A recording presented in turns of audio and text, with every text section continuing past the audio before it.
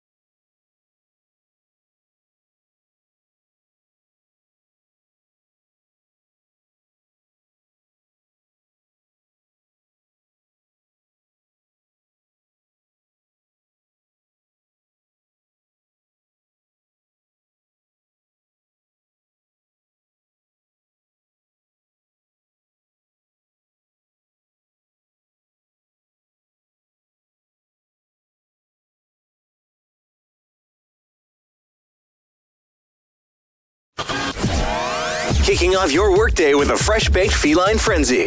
You're watching and listening to Nyongo Bongo Dongo. Now let's get this bread. Good morning, Yan Pals. Happy Friday morning, everybody. Hope it's a wonderful day so far. It is currently 8 a.m. on the West Coast, Best Coast on Friday, November 1st. It is the day after Halloween. That being said, because it is also November 1st, it is rent day. But otherwise, other than that, happy Friday, everybody. And looking at it is finally the weekend. We finally made it. Congratulations to Batman and Jokes for redeeming the first. Also, good morning, Batman. Good morning, Solaris. Good morning, Akis. Good morning, Fox. Good to see you as well. Hope y'all doing today. Hope y'all doing this. Hope you having whatever this are. What the hell am I saying? I am awake enough to function, but the mouth is moving, but the brain ain't braining. Give me 1 second. Let me get some beverage in me. All right, there we go. Now, that being said, joining me today, Big Soup, exactly. Joining me today for, we have a bit of an interesting special for the Friday morning 2 for 1 today. We have the Friday morning 2 for 1, so we actually have 2 interviews today. First one being with Mr. RDAI, joining me right here. Hello, RD. And we're going to do design similar to you. I gotta say, I'll get to my I will get to my point. I'll get it actually in a second. I do want to say something, but I also want to save it for the actual segment, of course. So for one, it is Friday. I hope everybody had a good Halloween. So I posted on Twitter. I posted kind of everywhere. My big ass Halloween setup, and it was a table. I did the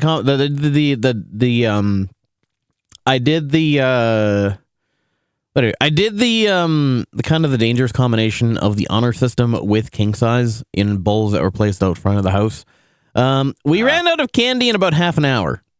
And so I spent about $130 US. I bought 4 boxes of like 24 king size chocolate bars each. Stuck them in bowls and they ran out in like half an hour. Actually got to the point where like other people's kids, I know, right?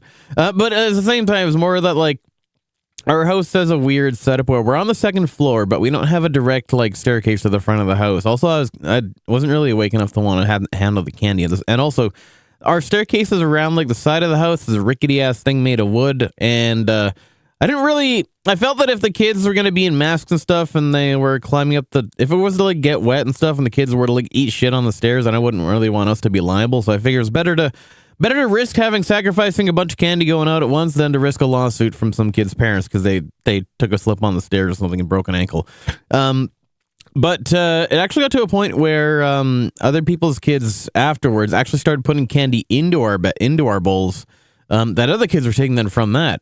Hey, how'd you guys as well? Good to see you as well. And it's going to be interesting. Yeah, I guess customers are different depending on where you're at. Kids literally coming into the house and wow, really? Did you? Yeah, not kids legit coming into the house. Did you like? Oh, also funny enough, like after the bulls ran out, we still had kids coming up to the door anyway. Like, as they're like, "Hey, you ran out of candy." Like, well, if we're out, we're out. So like, early bird gets the worm, or in this case, king size chocolate bars. But I figure what I'm gonna do for next year, for one, something that's, not going to be as high value per se. At least not going to be. Exactly. At least I'm being known as that house that has like, because we got progressively like first time we did it, we just did the honor system with like the tiny candies. Then it started moving up to like 1 round of full size chocolate bars with tiny candies in between that. Then I kicked it up to just full size everything, a bunch of full size things with some tiny candies around that. I think I threw some king size in there as well. Yeah, I did throw like I threw like one thing king size in there with some regulars and then some minis. This time it was all king size. I was like, fuck it, let's just go all king size. I was initially gonna hand them out at the door, but I just got like my schedule is so demanding. Just didn't have the timer. I think I only slept like 2 to 3 hours over the course of the Halloween day. And even going into work, so I'm not exactly the most awake right now. I'm basically just fueled by hot chocolate, Nutella, and Spite at this point. But here's the important part, and so we got that done. Got the stable and everything set up in time. Got the kids all sugared up and everything. But yeah, one thing I'm doing next year is the Pokemon cards a bit as well about those challenge triggered. Oh yeah, right. I saw those. Those things were awesome. It's mainly right. That is like I'll be honest. I never played with the Pokemon card. I only collected the Pokemon cards, but I never actually played them. But yeah, like I mean, Pokemon's still very current. So I mean, even if the kids don't know what the hell they're doing, like, hey, they just see Pokemon on a card, like, fuck yeah, I want a piece of that shit. Because then they like trade them and shit, even if they don't play. That was basically what we did. We trade them and shit, even if we didn't actually play the card game. Because the card game at this point, when you're 9-year-olds, is confusing as fuck compared to the actual like game. But yeah, what I'm gonna do for next year is I decided that I'm gonna. After going for such a long nice streak for the candy, I think I might try and go for a little bit of a. I think I might do a little bit of a heel turn, a little bit. Let's see if I can be a little bit of the menace in the neighborhood. Because what I want to do is I actually realized new Africa. Interesting. Like QR codes. It's like Pokemon Go, but with like QR something like that. It sounds interesting. But what I want to do is something a bit more, something that I know kids won't take a bunch of at once. Is I want to hand out.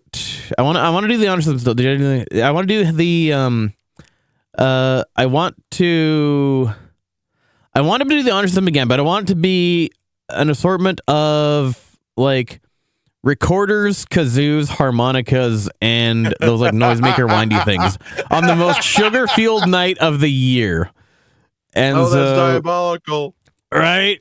And so I was like. I told my girlfriend that. She's like, "Oh my god, you gotta fucking do that." I posted to the friends like you like some people were like straight up offering to fund that, like actually buy the things for me, and it's like the kids get the treat, but the kids get the treat, but the parents get the trick, and so it's like that is gonna be. Cool.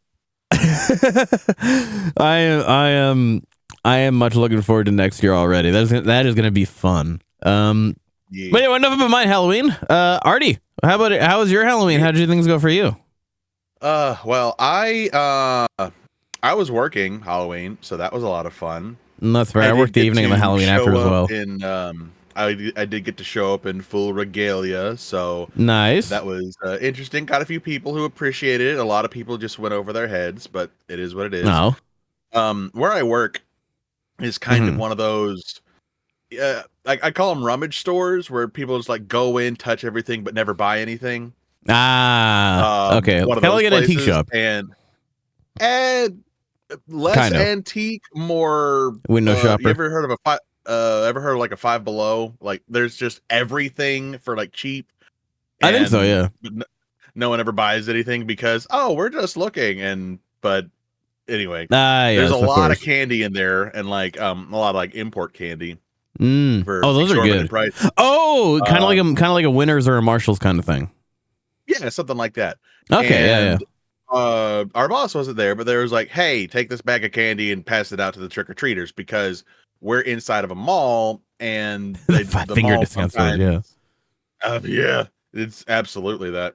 Yeah. And it was bad because we had a lot of kids just running in.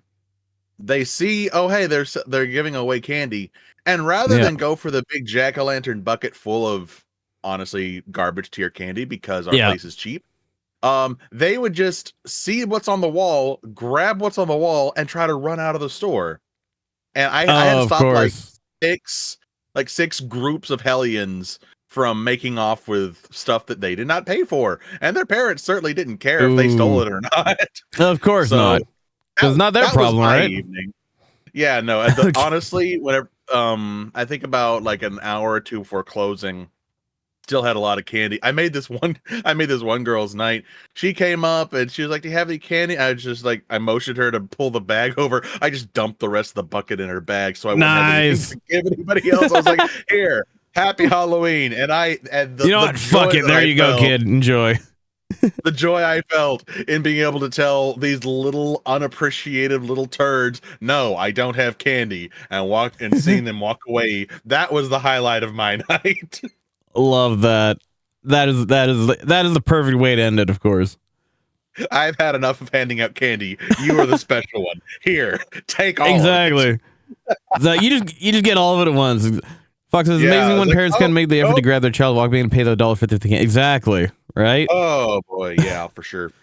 Like everyone else stole enough candy, you get the one kid that's actually you're the kid that's actually legit. You get the reward for being honest. Yep. Basically. But that's awesome. Well, I'm glad that like all in all, like it more or less went well, at least especially in the end, right? Because that's what matters. Well, there was a follow-up story Sort of. that had nothing to do with Halloween that kind of brought the day down. My car, because my car decided that after many years of service, it was just going to crap out the battery. Oh, So- God, of course. It is like almost 10 p.m. in the middle of a mall parking lot. It's raining, and I get to my car, and nothing turns over. I'm like, okay. Oh, God. great. So I call Yeah. my girlfriend. She's gonna come and try to see if she can help out. And I'm trying to flag people down and get someone to show up. And they're like, "Sure, we'll try to jump you because I have some cables." And it turns over once, but it doesn't go anymore. I'm like, okay, Ah. well, but let it sit a little bit longer. Mhm. Try to turn it again. Doesn't click. Doesn't make a sound. Ooh. I think the only light that came on was like the oil light, Oh, God. barely. So I was like, oh no, it's dead. Yeah, So super dead. looking at the time, we're like, okay, what's open? And we're like, okay, there's like 5 O'Reillys and AutoZones, and Nice. oh, they all closed half an hour ago. Great. So I'm scrolling down to Girl. the bottom of the list, and like, oh wait, there's one that's open up, and of all the 10 stores that are in town, there's one that is open like an hour later than the other for no Nice. reason, and it's the other side of town. So my Oh, of girlfriend gets course. in. We managed Yeah. to get the battery out. We beeline it down there, and Jesus. we're able to get another battery. But Yeah. and me and my girlfriend, we just got back from a con, so we're paying that off, and then a $200 battery on top of that. Oof. So last Yeah, night they added up was- pretty quick. Yeah, Oh, God. I'm lucky that I always carry like one of those like portable jumper packs on my car. I have like a USB port as well that's like attached to the accessory circuit, so it's always charging like in the glove box. It saved me and like a Yeah. bunch of other people so many times when I had that. here's the thing. Before I moved, I'm not making this up. I wish I was. But before, because I moved up to where I am about 3 years ago now, a year before Right. I moved, someone broke into my car and stole my battery pack. Oh, God. Of course, So the perfect I had timing. one. I had Ugh. one, and I never have car troubles like this. But then, Yeah. like, I had the answer, going in but with. someone took that away from me. Oh, God. Of course. Inevitable, right? Absolutely. It's one hell of it's always just the way things like fun fact. You call AAA, they'll sell you a new battery for the same price as those auto places if they have one in your truck. If they have it in their truck. But yeah, my car's a little bit older, so I doubt they would have had it. Nah, I see. But is what it is. Hey, you never know. I made it here now, so I'm good. Exactly. That's the important part. It all, regardless of the hardships, it all worked out in the end, which is most important, I guess, right? Yee. Exactly.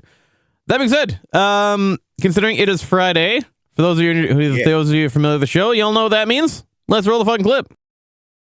It's Fuck Friday, you fucking losers. It's Fuck Friday. It's Fuck Friday, you fucking losers. It's Fuck Friday. It's Fuck Friday, you fucking losers. It's Fuck Friday. It's Fuck Friday, you fucking. Happy Flat Fuck Friday, buddy. Shout out to Gators Daily for that one. This fuck says it wasn't about the batteries, but the friends I made along the way. Exactly. Yeah, very true. Perfect way to summarize it. Very true. Riley knows the letters.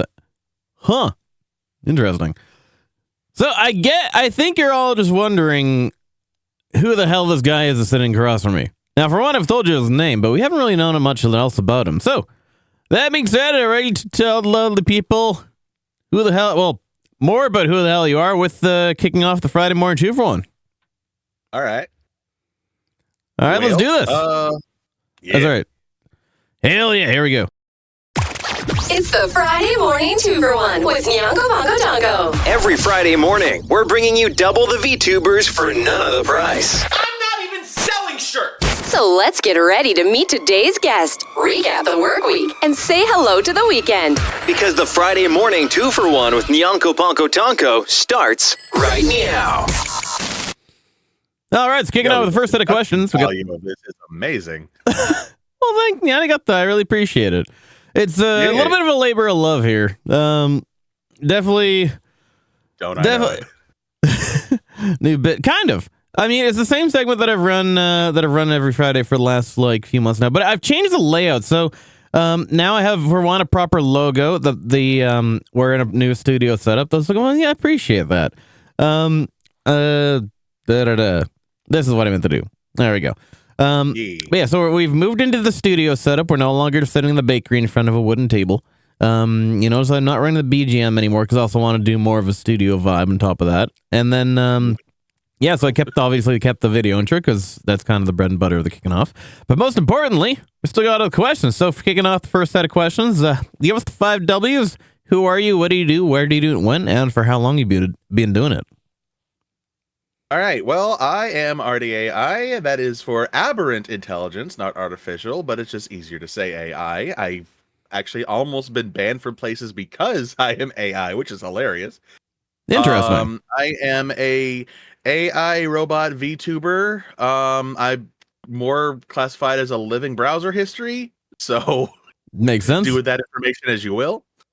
Somebody's browser history can tend to be a little bit notorious every now and then. Yeah, the How amount about of yours? times I clear out the cache is mine's fine. Why would How often do you ask? use incognito mode? I am incognito at all times. Touche. In fact, I'm a go incognito in your chat right now. Boom. There we go. Very incognito. Touche. I see you did there. Love that. Where I'm pretty much everywhere except Facebook. Honestly, That makes two of us. There's some places even I won't go. Yeah. If Fox is breakers, then Yeah, very much.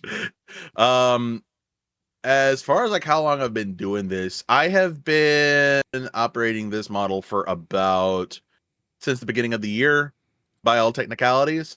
I've been slightly active before that.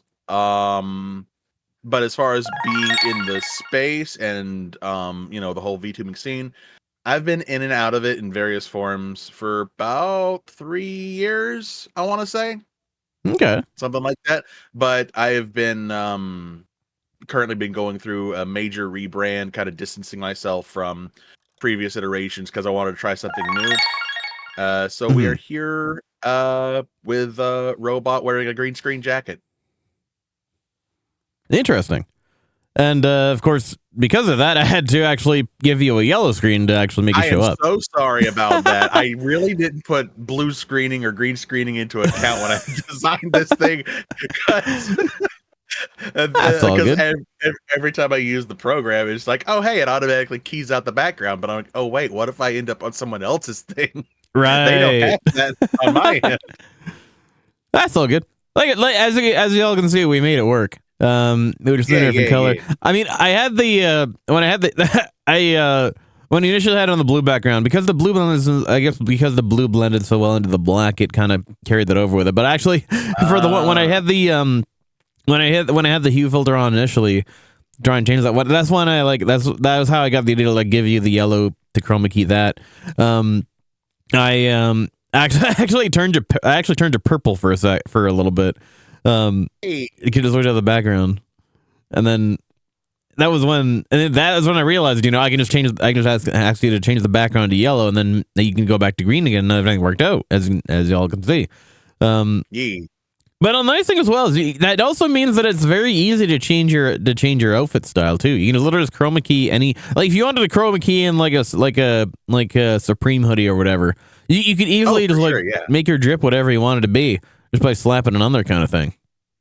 Yeah, the technology isn't quite there on my end yet, but that is definitely something I had in mind whenever I built this. Both the green screen jacket and the monitor head itself. the technology hasn't quite reached me, but the plan Mhm. was to be able to have like actual like video channels in the monitor, or have like Oh, the yeah. DVD logo, or have like Oh, the old DVD school logo's fun. screensavers, Like when it stuff hits the like that. corner. Yeah. And whenever it does that, like the whole thing Yeah. explodes or something. Oh, that'd be perfect, actually. Yeah. Well, so also, how often do you stream as well, and what do you stream usually? Well, I do not have anything resembling a set schedule in either streaming or work, and it's Mhm. because of work that I Oh. don't have a set schedule. Yeah. So It's one of those. I do what I can when I can. I'm Mhm. focusing now because I'm not able to stream as much. I am trying to make more short and long form content on Mhm. YouTube and TikTok. Mostly for I don't like editing, but I Right. know that I need to get over that. So I'm trying to work through that and make Yeah. more stuff. Right. It's kind of the bane of all of us independent like streamers. Is Yeah. you kind of your own. You kind of your own everything in a way. That's all I can really say to that. You're a one-man crew studio and Mhm. talent. Exactly, literally. You're your own talent, your own manager, your own editor, your own like planner and everything else. You're literally just it's like you said, literally just a one man army kind of thing. And so we all know So that feeling. Props to any indies out there who managed to do it, because y'all guys, I feel your pain and I Exactly. respect what you went through. 100%. And so so what kind of content do you stream as well, by the way? On the streaming side, it's pretty much variety. Most of what I Mhm. do is kind of whatever I'm feeling at the time. Mhm. I like covering new release stuff whenever it comes out, if it's relevant to my interests. Most Mm-hmm. recently, I was wanting to do Monster Hunter Wilds because Oh, I am yeah. a huge Monster Hunter fan.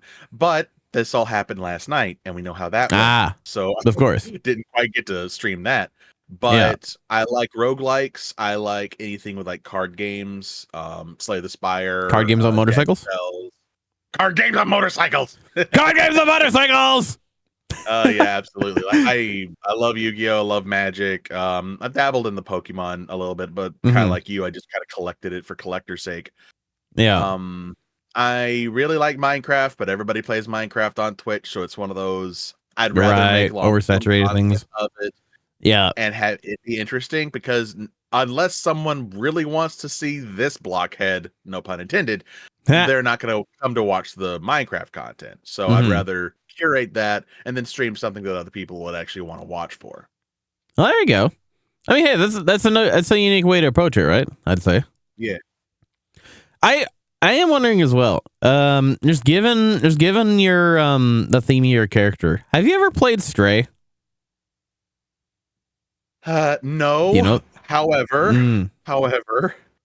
I have been an editor for 2 streamers who have played Stray. Mm. So I have seen all of Stray. Yeah. I know. I love those characters so much. You have no idea what I would give to have a model as intricate as those robots in the game and be Mhm. able to like have those kind of toggles and stuff. Like, oh, the robots in Stray are so cool, so well designed, and Mhm. really kind of fit like a couple stages of evolution for what I would want my model to look like if I had that kind of funding. Yeah, because like when I see your like, there's like the way that you're built, basically. Like it was literally the first thing I thought of when I saw the character, because it's basically the same principle. Have you ever seen Fooly Cooly? I know of the series. I haven't watched it firsthand, but I do know the character you're referencing. Yeah, Conti or Chianti or Yeah. Cayenne. I don't either one. Anyway, that was a huge One of- inspiration for this model's design. Although the amount of times I've been confused for a TV and I'm not a computer is really. I God. really wish I had a counter keeping for that, because the amount I was like, oh hey, a TV. I'm like, I haven't seen this many. Does this beige face look TVs round to you, before. sir? But it's fine. It's fine. Yeah. Yeah. that character. I was going to say the is, newer generation probably isn't familiar with the concept of a CRT monitor at this point. Yeah, and I just don't look good with a flat screen. Like I look too much like that one guy from Hell of a Boss, Has Been Hotel. Either way, the TV head. I look too much like that anyway. Gotcha. I'm not familiar with Has Been Hotel characters myself. So There's as much as I TV head guy something. I don't know. Oh, I see. I'm my girlfriend's really into it. It's not really my jam. That's fair. That's not the time to watch things in general. Have you ever watched Reboot? Oh man, it has been a while. It has Right? been a long while since I've seen or heard of Reboot. I didn't watch it super religiously back in the day. Mhm. I am aware of it. It's names and places and images, but I couldn't tell you anything about it other than, oh hey, it's digital. Basically, yeah. The few characters, similar concept kind of thing as well. So that's also kind of like where it kind of references that. Well, maybe not reference, but it's kind of similar vibe kind of thing. Sure, yeah. So, so now we got a bit to know more about who you are. Well, we'll start off that it is Friday, given we're going to the weekend. Well, I guess your schedule's not exactly fixed anyway, so it's when your weekend is kind of, when the hell is it kind of thing. But let's recap the work week. How's the rest of the week been for you? I know you mentioned how your Halloween was. How kind of everything else going for you so far? Well, this past weekend, Saturday and Sunday, me and the girlfriend went to SumiCon in Houston, and it was a fun experience. We had a lot of fun. It was an anime convention. It was also 18 plus only, so oh wow, I didn't have to worry about screaming at children. Nice. And funny thing, like I was worried I there's didn't gonna know be a there was a lot thing. more. Oh yeah, I was kind of surprised too. Mhm. I was expecting something a lot more salacious, I guess, because people, how people describe stuff on the internet, everything's like turned up to 11. Oh yeah, But it of was course. actually really, really fun. Not near as wild as I think a lot of people were making it out to be. Mhm. We actually did a kind of like a con review video on my channel on YouTube. Nice. And goes on a lot more detail there, but that was a lot of fun. We kind of just recouped the following day. And then I had a couple more days where nothing happened, and then they had me working from yesterday probably through the weekend into next week.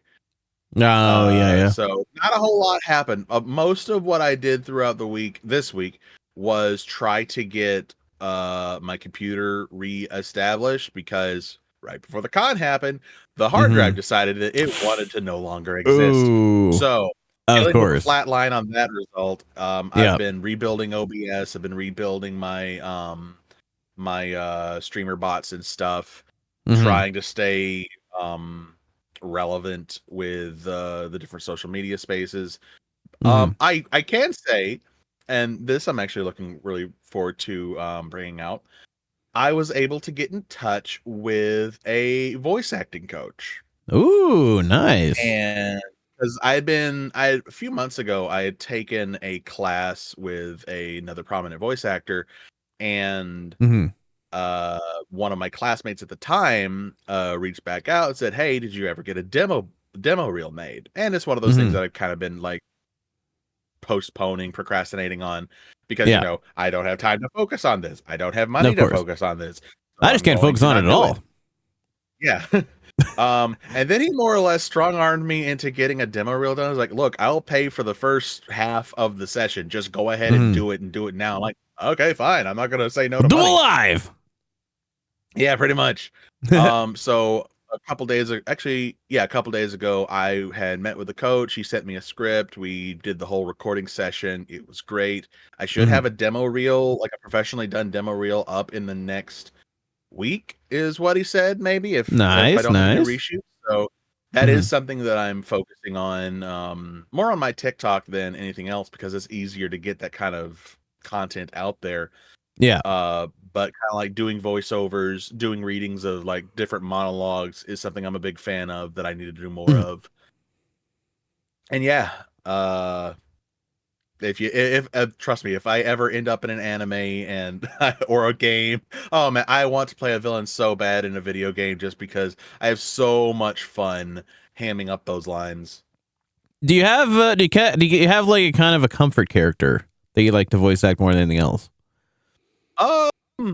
It kind of fluctuates between two, like the ones that I enjoy doing, even though I'm not that good at them, is a Mhm. cross between Braum from League of Legends and Marcus from Borderlands.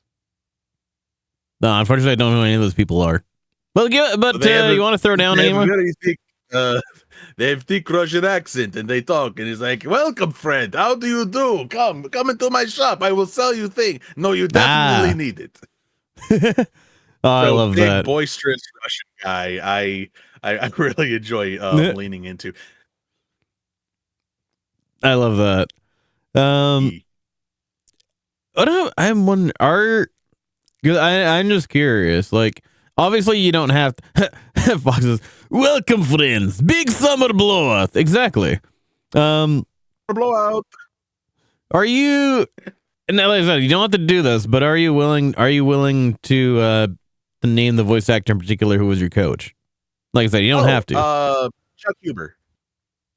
I think I've heard the name, but what? Let me. I remember. I know what I know him for, and a lot of people know him for it. But he is more known for. He was Hiei in Yu Yu Hakusho. Okay. He was. Geez. Android 17 in all of Dragon Ball. Nice. He was also, and this is the funny part. He was Shao Tucker in Full Metal Alchemist. Oh. And yeah, like it's I've got a signed print of Shao Tucker from Oh, him. nice. I actually got to meet him too. That's was awesome. I find it hilarious. Like, and I know a lot of people like take the character too seriously and can't differentiate between the character and the voice actor. But those are the worst. it was, yeah. But for me, it's just like, listen, the guy was making steps to bring us cat girls in real life, and you know what? I appreciate that. Oh wait, is that the dad? Yeah, that's the dad. Oh, fuck. Oh, that makes so much sense then.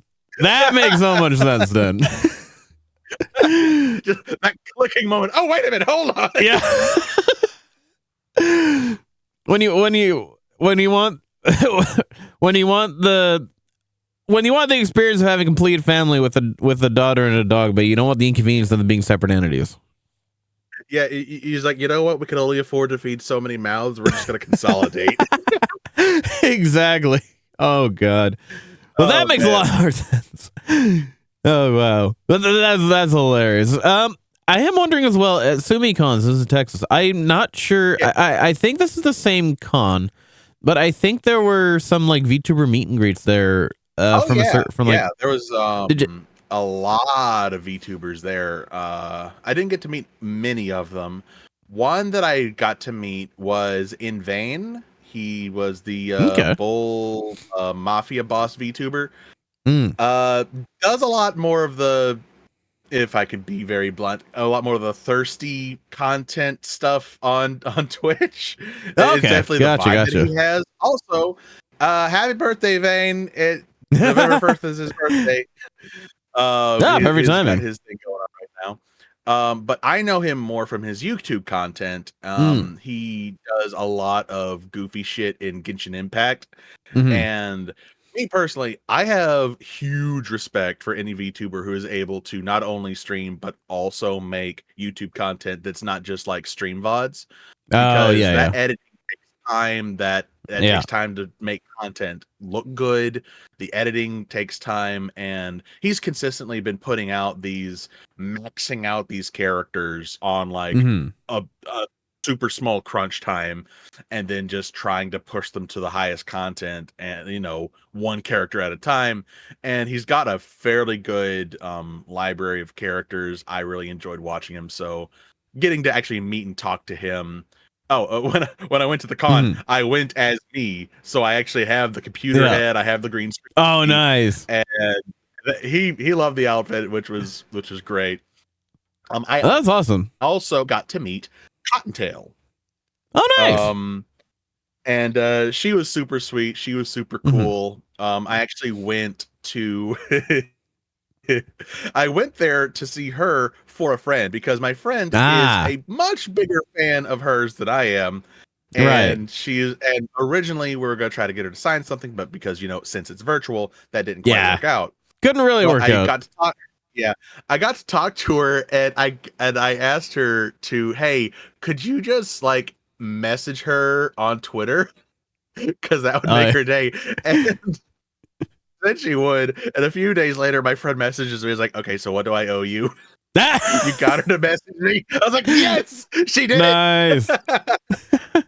So in my friend's Discord, I officially have a custom title in their Discord that is "He Who Wears the Cottontail Crown," and I'm That's the only one amazing. with that role.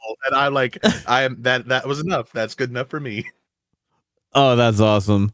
There's That's several other VTubers there that I didn't get to see. Melody Mm-hmm. was one.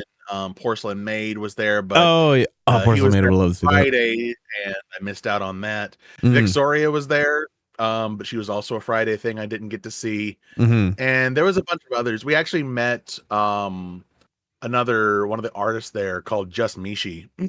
Okay. And Mishi does amazing art. You should definitely go check her out. She does Mhm. amazing stylized art. It's really, really cool. And we just accidentally bumped into her on Artist Alley floor. I didn't know she was one of the panelists. So we just talked to her Nice. for a while. Super sweet person. Like Mhm. genuinely, like I feel like the next time we see her, she's gonna it'll be like running into another friend because she's Oh, yeah. a really great person.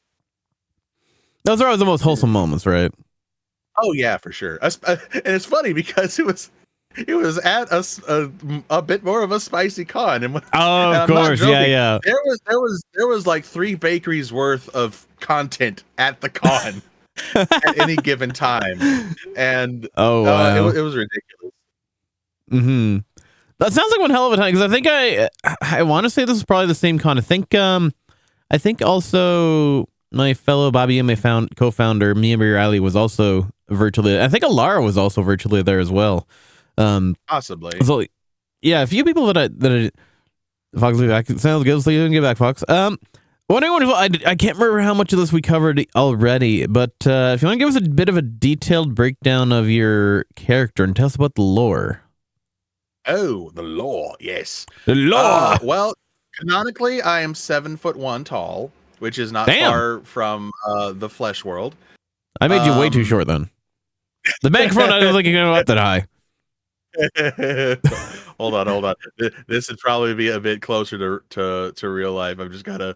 You just gotta kneel down there. Yeah, Yeah, there we go. that makes more sense. Yeah. But 7 foot tall. I am not technically a robot. I am the intelligence that's piloting the robot. So You're the more Shinji to the Eva. I'm more shapeshifter like pilot than just the carbon life form. Mhm. I originally was actually I don't have a whole lot of information on my background because canonically I was pulled out of a trash can by a certain goblin. And, so it's basically Chobits. Yeah. You know what? I hate you for that so much. You're welcome. You'll never unsee that. No, I'm not. I am the. Okay, now I need to get the ear. Yep. Okay, but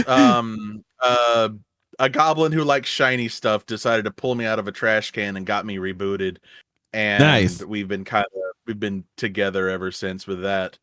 I mostly kind of just, by my best guess, there is a logo on the back of my head. You can't really see it on this model, but I've been looking into information concerning the company that supposedly made me. I'm not sure. I don't know if they made the body or they actually made the intelligence behind it. but it apparently was in circulation at the dawn of the internet. So technically, I'm that old because that's as far back as my processors go. I'm sure I'm probably still So- older than you. Most definitely, probably. It's just that it just kind of dates me at that point, as far as I'm Mhm. aware, because that would be the earliest instance of the internet, and I am aware of the fullness of it. Which is why I kind of refer to myself as a walking browser history. I'm just Makes all sense. of the browser history. Considering that other your than hoodie is not- green, would that mean that your goblin was the green goblin? No. The No. hoodie was just some So you weren't made by it was, Oscorp then? Oh no. I've got way too much class for that. There you go. The hoodie is made from an actual green screen. There was a kind of an abandoned studio nearby whenever I came online, and I just kind of, hey, this fabric will work. Made a hoodie out of it, and it's been doing the job. I've been trying to get a tailor, but it's hard to get clothes that work right for me. Yeah. I mean, especially when you're in the big and tall section, technically. Oh, that is the biggest thing. And I've noticed that there is a lot more tall than there is wide, which is that's nice, true, but yeah. they don't make it quite this tall. Yeah. That's totally understandable. Yeah, appreciate the breakdown of the character. Good to know about more about. Now, how far are you along in then your quest to figure out who the hell made you? Not super far. Like I said, my name is Artie, but that is primarily because that's just what the goblin called me at first, is because Right. the logo on the back of my head is RT, but I don't know what those letters stand for yet. I'm currently working on it. There's probably a C that was missing from there. Allegedly. You know anyway. what? That would be just my luck. I was like, oh, I'm not special. I'm You're standard. just a CRT monitor. This whole time. Just right in front of you. I hadn't even thought of that. That's funny. Oh, you're welcome. So that being said, what does VTubing mean to you? Not in terms of definition, but what is the significance to you? For me, it is, kind of like take the mask off for a moment. VTubing for me is a step Saying good to see you as well. above Thanks for popping in. those people who make faceless content online. They just make the content and they're doing it because it's they want to make something, but they're not comfortable Let me redo that being shout in out. front of a camera, or even some people not comfortable being in front of a mic. VTubing to me is kind of that in-between gap There we go. of that Also level just of added, nice. confidence. Because some people, they can just get in front of a camera, it's not a problem. Other Mhm. people, they would rather die than get in front of a camera at all. And That makes some two of people us. hate the sound of their voice. Some people I'd also hate, rather not die on camera. That wouldn't be very good for anybody, especially the Nah. viewers. Nah. But for me, VTubing is a form Much of love to you, Zane. Hope you escapism, did but Halloween it's too. also more than that. Mhm. It is, you're able to accomplish something even though you're wearing a mask, even though you are playing a character, or even if you're being your most true self. That's what VTubing is in essence to me.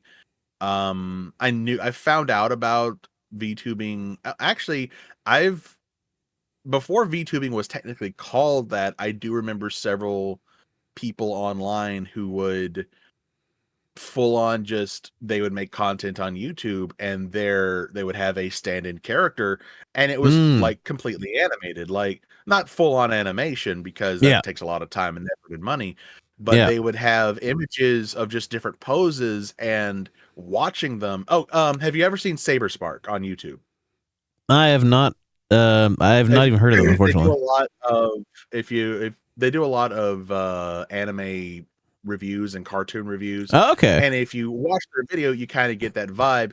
It's the same characters, the same art style, but it's them in different poses, and it feels like they're talking. So you can kind of imagine, kind of like a PNG tuber, kind of like a PNG tuber, but with a lot more steps and a lot more poses. Or at least the early days. Hey, saying Hive Mind. YouTubers. Mm-hmm. So I've always really been interested in that sphere of influence, being able to be animated, talk, have expressions, be able to put myself in situations. And your head is definitely not a sphere. Yeah. But yeah, for me, VTubing is a way to Now it's all over everybody's express videos. yourself, and I feel like, you know, a lot of people miss out on that, and they think of it more as a means to an end, and when they can't hit the Oh, you're just VTubing because you're ugly. yeah, or the hey, I'm doing this because I really want to do it, and I saw a bunch of other people do it, and everyone's having fun, and then a few months All the later, cool kids okay, doing it. Yeah, like, and then a few months later, hey, this isn't for me. I'm graduating, and like, never really got off the ground. I feel like a lot of people jump into it thinking of it more as a means to an end and not as a experience unto itself to be enjoyed. 100%. Like, I've seen a lot of people that seem to get into it for the wrong reasons, especially those who just don't see just you can tell the passion isn't there as well. Oh, well, like some of those people, and like, it's sad because you see a lot of people put so much money into models, into screens, into transitions, into full on rigging, paying out the nose or putting hours of their life into making their own, just for them to realize that, oh, this isn't what I want. Like, and I'll be the first. I've been doing in the flesh world. I have been doing video for a very long time. In the flesh world. I've seen the inception of YouTube. I've seen social media platforms rise and fall. And I can say with full confidence and through no harshness of anything, this is not meant for everybody. It's very much a situation of anyone can, but not everyone should. And you don't want to. I hate seeing people get burnt out on something that could be a lot of fun, could be a good experience, but it just falls because they jumped into it without realizing, oh, this is what it takes to actually remain relevant. And it's like what you said, if they're not in it for the right reasons, then they end up failing for the wrong reasons. Because the thing is, like, VTubing, streaming in general, it's whatever, it's anything you want to make of it. But the thing is, you got to have some idea of what you want to make of it in the first place when you go into it. Yeah, you can't just jump into it without a plan. Yeah, and like, if a person just wants to do it only strictly for fun, that's great. By all means, go for it. But just don't have any expectations after that. Exactly. I've seen too many people like do it for fun, then they get popular, then they hit their stride, then they get their lucky break, and then they're like, oh, hey, I can keep on doing this. And then it just spirals out of control. They change who they are, they change their content, they find out this isn't for them, they can't handle the stress. And then with popularity comes ridicule, because that's just the cruel nature of the internet. Yeah. And like, they can't handle the negativity. And it's a blunt way of putting it, but it's very, very true. Like, well, yeah, it's accurate. Some people say some awful things to me. I've been hate rated in another life. Like, I've had all that stuff happen, and the thing that boils down to is like, these people don't really exist to me. So yeah, I don't exactly. really care. Because here's the thing. I don't care what people think of. Yeah, go ahead. Because it's basically on the same point that you're getting at. Is like, if somebody's really going to be that, like, maybe not flustered is what I want to use, but if somebody's going to be that, like, perturbed over the fact that they exist, like, you're the one living rent free. You're the one living rent free in their head. There's no reason why they should be living rent free in yours. Yeah. And so it's like, absolutely. Yeah, like, if someone has a problem with just the fact that you exist, I'm just like, well, that's not, it's like, hey, that's not your problem at all. It's like they're the ones that are they're the ones that are all like uptight about it or whatever the hell. I don't know. You're just doing what you're doing. That's all you really, that's all you really can do. You're just winning by existing, basically, at that point. Yeah, pretty much. Like, and the thing is, and I've seen a lot, and mostly I see it on Twitter, and I know that that's a dumpster fire, but whatever. Of course. But a lot of what I see is people like engaging into that side of things for the wrong reasons.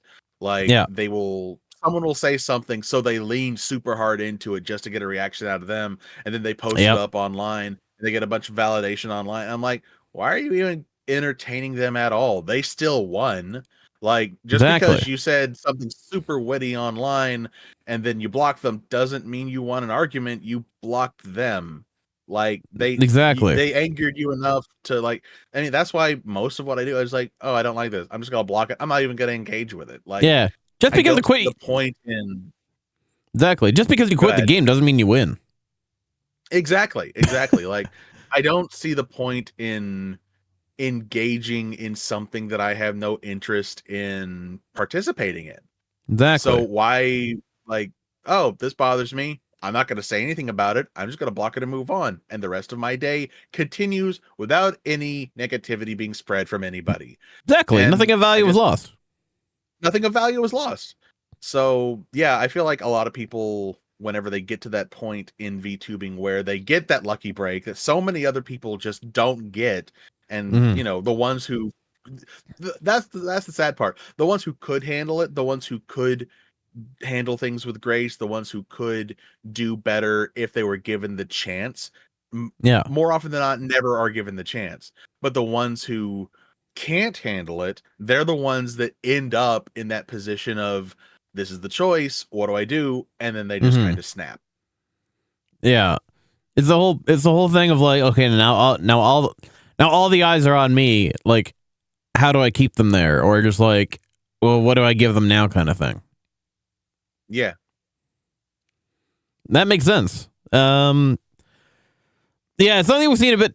Yeah, we've seen it way too much, especially in the Twitterverse. We all know how that plays out. But Yeah. thankfully we have a somewhat more viable alternative as the trends move over.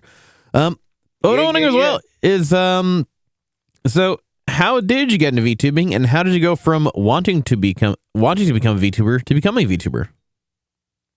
Well, in another life, I was already kind of in the content creation scene, and I'm not going to say what the channel was because I'd rather it die off in obscurity, but there was a TLDR, are you point- one of those people who started out as a flesh tuber and became a VTuber after?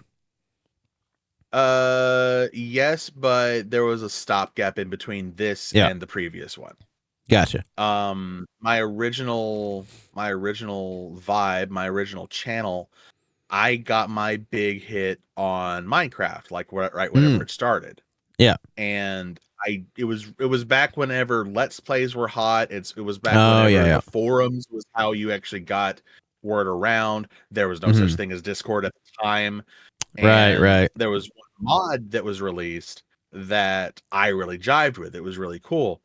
Mhm. And I decided to play the mod, and I actually reached out to the mod creator. He liked my video, put my video as one of the videos under the mod to where, this is how the mod works. And Yeah. that is what got me like a huge boost to my initial channel. Interesting. And unfortunately, I wasn't able to keep up the speed because I was living with my parents at the time. Right. I was in the middle of, I think I was either in the tail end of high school or just starting college. Mhm. And I couldn't because Yeah. if you can't tell, I'm a somewhat loud person. I can be very exuberant. And whenever Mhm. you have a couple That makes of two of parents us. who are, yeah. That's why I stream in a shed. Parents that if thing is, I actually was living out of a pop-up trailer for a while, but I couldn't get internet out there. If I could have, I think I could have kept it going. But I couldn't be loud. It was one of those. You ever watch someone you kind of tell they're keeping themselves from being loud on purpose? 100%. They're not whispering, but you can kind of tell just the way they talk that they're not allowing themselves to be loud at all. Yeah. Like that. For me, that's a pet peeve because in this day and age, like I can't listen to that. I don't know if it reminds me of myself. I don't know what it is, but it's one of those things where if you're going to speak with your full chest. And exactly. You paid for the whole vocal cords. You use the whole vocal cords. Exactly. For real. Is it, about my landlord, I've actually had to say, hey, I'm about to start recording. please don't call the cops if I start shouting. Yeah. Because I'm not gonna skimp on that. Like, and Yeah. for me, one of the biggest things in content in general is audio, and not just the audio quality of the mic, Yeah, Nicole, but good to see you. how you sound, your cadence, any verbal tics you might have, any 100%. hiccups that you might have, and how you do things, background noise, like all of that. It's so much more than just having a good microphone. Your voice and how you talk needs to be fun to listen to. I 'Cause love you the even more amount of already. times yeah, yeah. Like the As you amount can of probably times there tell. are people. I would hope. Yeah. It was actually one of the reasons why, whenever we were heading to SumiCon, there were several people there. Oh, hey, this person looks cool. We have an open slot. Let's look up their stuff. Started listening to them, and we both just kind of look at one another like, Really? I don't Yeah. really want to talk to this person. Like the way they sound. Yeah. that is the main thing. Like, and again, nothing wrong against them. They're successful for a reason. They're much more well off than I am. Good Yeah. for them. However, they got their level of fame. I'm not gonna fault them for it. But for me, someone who does a lot of listening, and if I'm going to if I'm gonna listen to you Yeah. for hours on end, I want to enjoy what I'm listening to from the Absolutely. speaker. And that's the And thing. it's Like you see a lot of people. Yeah. Sorry, didn't mean to cut you off. But like going back to like the thing of like how you see people like such nice, they put a shit ton of effort into their setups, and then they just, they don't have the thing to carry it. Same as well when like they have a super nice setup, and maybe they do have enough energy to carry it, and they're just like, they're successful for some reason. But then they go into the streams and they just trying to listen to them, even like whether it's their audio quality or their manner of speech or whatnot. It just takes the wind out of their sails, and it just takes all the energy out of it. And you're like, really? That's it? Yeah, like one, and again, I'm not gonna name names. I'm not No, gonna of course. point fingers, but there was one that literally just set me off the edge. They would talk, but every time they ended a sentence, not a word, but every time they ended a sentence, they like spoke through the nose and drug out the last syllable. And I don't know, like I don't even know how to properly describe. Yeah, I'm trying to it. figure out how to like. It sounded like every single line ended with a whine. Like if every word was like something like this, and then at the end of every sentence, but why? Oh God! Like, is that sort of thing? Like again, nothing against the person. I'm sure they're a nice person, but I can't listen to whining for hours on end. I'm not going to support that. No, that is that just sounds painful. Exactly. I'm not gonna cross your eyes and dot the T's. Here, chew ass and kick bubble gum. Oh man. But yeah, it's audio quality is a huge thing for me. Most of the reason why I haven't streamed more at certain points is because my audio wasn't good enough for me. And like I know what that sounds like, if it's super tinny, if it's super bassy or echoey, or it sounds like I'm speaking into a can. Like all says acquired taste of his poor, so understandable is not for everyone's cup of tea. Exactly, especially when you're a coffee person. But no, sure. Yeah, like sorry, you're saying audio quality, tin can. Yeah, it's just there's a lot of stopgaps from. I mean, before I even started streaming, I spent months literally trying to figure out why my mic sounded the way it did, because I didn't like some of the background artifacts. I didn't like how I sounded whenever I recorded, and I wanted to fix that because I know, like, some people it might be okay, but for me it would not be. I'm not okay with that. I want this 100%. To be better. I want this to sound as good as it possibly can. If I had, and I will just say right now, I just have mad respect for anyone who values audio quality in their setups. Same, 100%. Good. You could literally be a stick figure that's reacting to your voice, but if you sound good, I'm right there. I will support you. Absolutely, because like regardless of what our setups are, like the most important way, the especially when you're a streamer, is like your primary method of. And now, like, I mean, mind you, if you're mute or whatnot, that's a different story. But like, Your Yeah. primary method of communicating with your viewers is going to be through your voice, and that's going to be Very through true. your audio. And you're going to want that to be if that shit's not dialed in as good as possible. I mean, like anything less than optimal is gonna affect your experience with your viewers. At least in my opinion, anyway. Oh, for sure. And kind of on the other end of that spectrum, you also want to Yeah. make sure that what you're doing isn't overproduced, because I've seen a lot True. of that too. Oh god, yeah. More in like the podcast area and like audiobooks and stuff like that, because I listen to a lot of stuff whenever I Yeah. can. I'm always looking for good podcasts, good radio dramas, different things like that. And what I've Mhm. noticed is specifically in the story-based podcasts, there is a lot of emphasis on, because while the audio sounds good, Yeah. the monkey's paw of the situation is you're not letting your story do the storytelling. You're letting Right. the bells and whistles, you're letting the extra background sounds, you're letting the flowery, you're not letting the story sit, because I'm not a huge horror fan, but I appreciate a good horror story. And there was Yeah. one series that I Sorry. was there was one series that I was listening to that was Mhm. kind of its own version of the SCP Foundation. Okay. And it was a guy Yeah. reading through logs talking about different stuff that would happen in this foundation. It was really, really cool. But Yeah. I couldn't make it like more than 5 episodes in, and I realized they're just kind of the background audio is overpowering the speaker at several points. Is it that one The- where it's like the guy's on a blue background wearing like a shirt and he's like speaking No, with like a handheld mic? Okay. This one, as far as I'm aware, it's just an audio podcast. Oh, okay, but gotcha.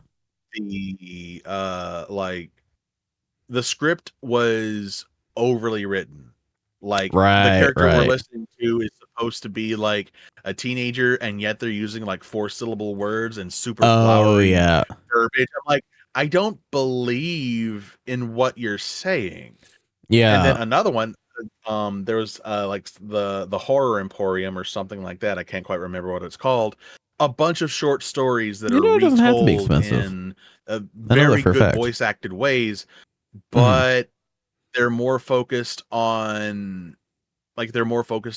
the background moments to make the scenes feel spooky. And like Yeah. the story can tell the story. If you tell the story well, you don't need all that. It's not True. the background noises is not a main ingredient. It's supposed to be a Yeah. spice. It's a flavor, and you're putting way too much salt in the gumbo, my guy.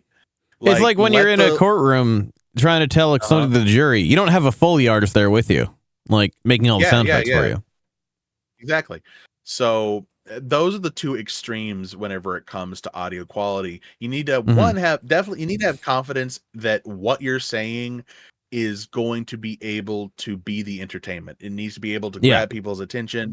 You have to be able to run with that, and that needs to be able to stand on its own.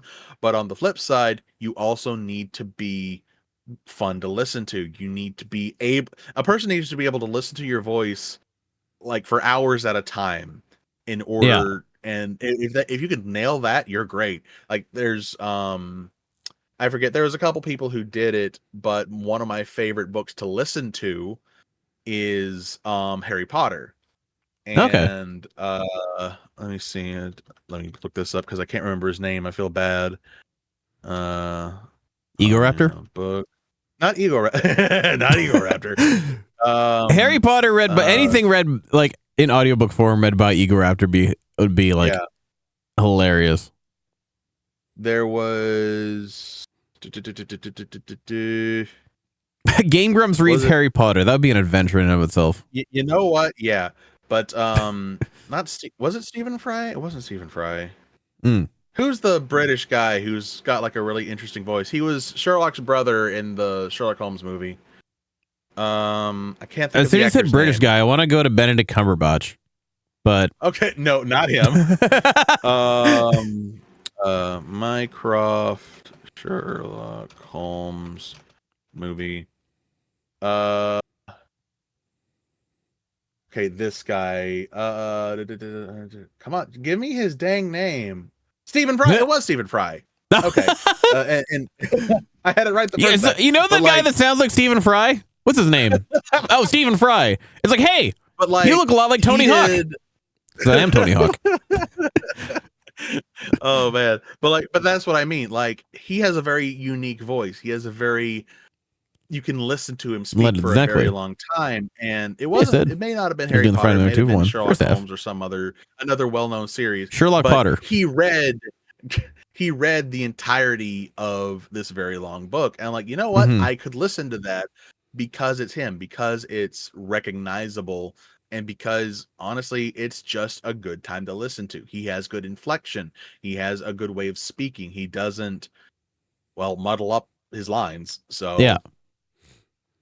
When But he yeah. speaks with intent, I should say. yeah, that's a good way of putting it. There you go. Now that sounds interesting, and yeah, it's like, and it's like that's why I also try and put so much emphasis on even my own setup is because like I've been that viewer where it's just like where you try and sit through somebody that's just like either you can tell they're just not into it or they just don't know how to like present themselves in terms of just like their speaking style, and there's like it's a grind to listen to is all I can say. And so it's just like Very much so. if you're not there for, and it's like if you're not there for like the content purely, then it's just like it's like Yeah. Have you ever okay, are you on TikTok at all?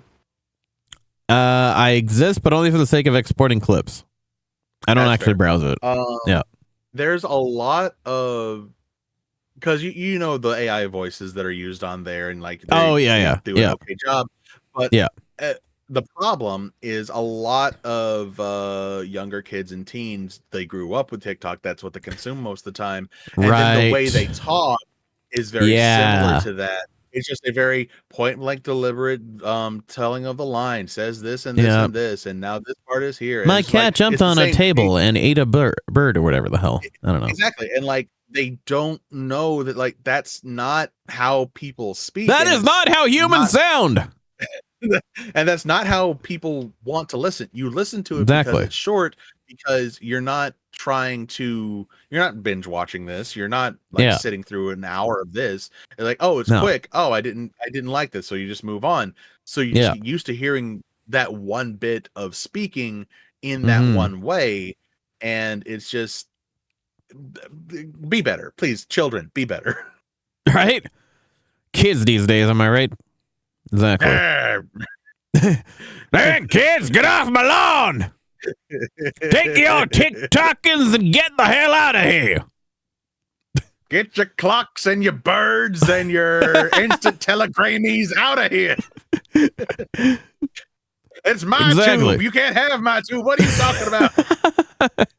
Stay in your space and I'll stay in my space. God dang it, I'm missing the wheel. Exactly. Why? I don't want my face on a book. What the hell are y'all talking about? Why are you snapping and chattering? Oh god. There's so many ways to go with this. It just keeps on going. Easily. Exactly. Unlike the TikToks that we actually watch on the platform. This humor is timeless. But anyway, it will be. Bad puns are never gonna die. as much as people want them to, especially the people who tell them. I'll see you at the heat death of the universe. That makes two of us. I will touch the sun before I quit my puns. That's all I can say to that. Absolutely. Those darn kids and their TikToks or whatever. Exactly, Nicole. Exactly. So I gotta ask as well, is so has your VTubing experience gone in the direction you thought it had when you first got into it, or how has it been different? I can say that this time around it has gone about as I expected. Kind of like you figured out before. I started out in flesh tubing and then I kind of transitioned into VTubing. Did that for a little while, and drama happened, stuff that I just kind of didn't want to associate with anymore. So I dropped everything, kind of fell off the planet for a while. But you know, if you have that drive to create, it never really goes away. True. And so after a while, I'm like, I miss making content. I miss trying to entertain people. I miss being the character. I was like, what if I absolutely just went as far away from my original design as possible? Like, what could I do to separate myself to give me that freedom to try new things and not feel like the name, the character, the whatever is associated with how can I separate those two? And this time around, it's a lot one of those, these are 5 things that I wish I knew when I got into VTubing. And it's kind of more like a personal, an actual, like, well, do these things work? How do they handle themselves? Like, what is, how do you make that work?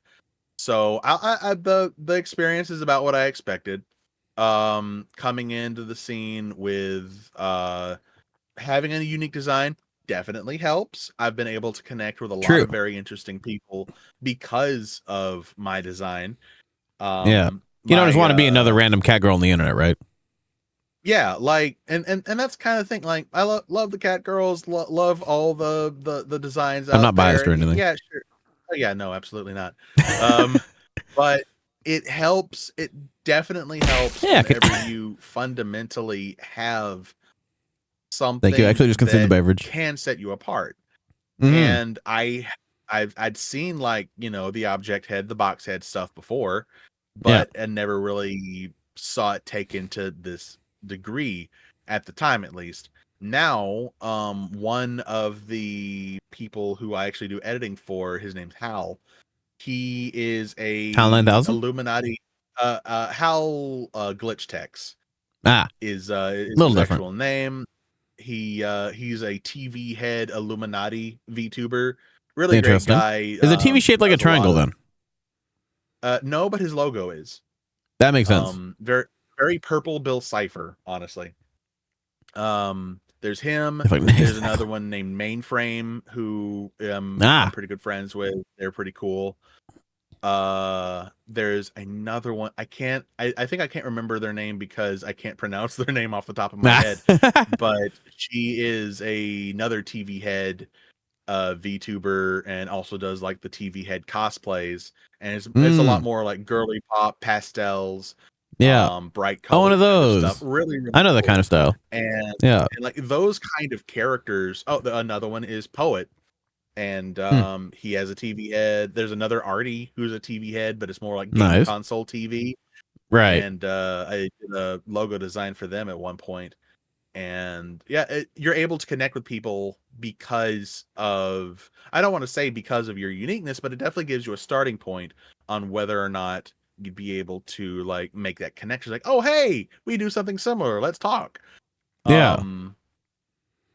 That has certainly helped. The growth is about what I expected. I'm not very good at the whole social media thing, so I'm not sure how to market myself properly. I'm much better at getting other people's stuff out there and, you know, making them look good. I'm not very good at making myself look good. So we've all been in that position, I think. Yeah. Like I'm still trying to push my YouTube to get enough to where I can get the custom URL. I'm still trying to reach certain milestones with both Twitch and Twitter and TikTok and all the places. It's slow going, but that's also because I'm ancient. I have a job. I have other stuff that I have to do. Like it's hard to be that full on level of energy and function in real life so you can pay the bills. Yeah. I mean, I'm even surprised the fact that I'm still awake right now, actually. I was up late last night and then I got up early this morning and we were trying to get the stream set up. But like most days, whenever I have the time, I just want to sleep. Like, I want to make more stuff. I want to stream. I want to make content, but your body also needs other things on top of that. Exactly. Yeah, I can't just. Unfortunately, my my power cord's busted, so I can't just literally plug into a wall. Yeah, that's fair. And it's like caffeine can only solve so many of your problems. It can't solve all of them. Sleep being the biggest one. Yeah, and I'm starting to feel like I'm building up a tolerance, and that is terrifying me. Yeah. because I Believe can't me, I go know much that feeling. stronger because I've already blacked out once in my life. I don't want to do that again. Yeah, exactly. It's not a fun experience. Yeah. Definitely. So, has your VTubing experience had any influence in your everyday life? And if so, how? Not really. The only Fair. time where things really kind of came up was, and I only recently was able to get my cosplay actually up and running. Mm-hmm. The only time it really had any difference was whenever I went to that con, like fully, full dressed up, full on there, stayed in character the whole time. Yeah. Vane and Cottontail both saw me in full thing. They really liked it, so that was really cool. I had several Nice. people like Well, the car appreciate it. I was more just making a joke of myself. Some people wanted pictures. I actually had one person comment on my video, "Hey, I saw you walking around." And, it was cool seeing Oh, that, nice. but haven't really had much happen in the real world, mostly because I kind of live in like small town USA. Nothing super big around here. Like, I would be shocked. Honestly, I wouldn't be shocked. I would be concerned if anybody recognized me from real life. Like, how do you know? Okay, where's the cameras? Where's the wire? Where's the white van with the tinted windows? I'm scared. FBI, open up! Exactly.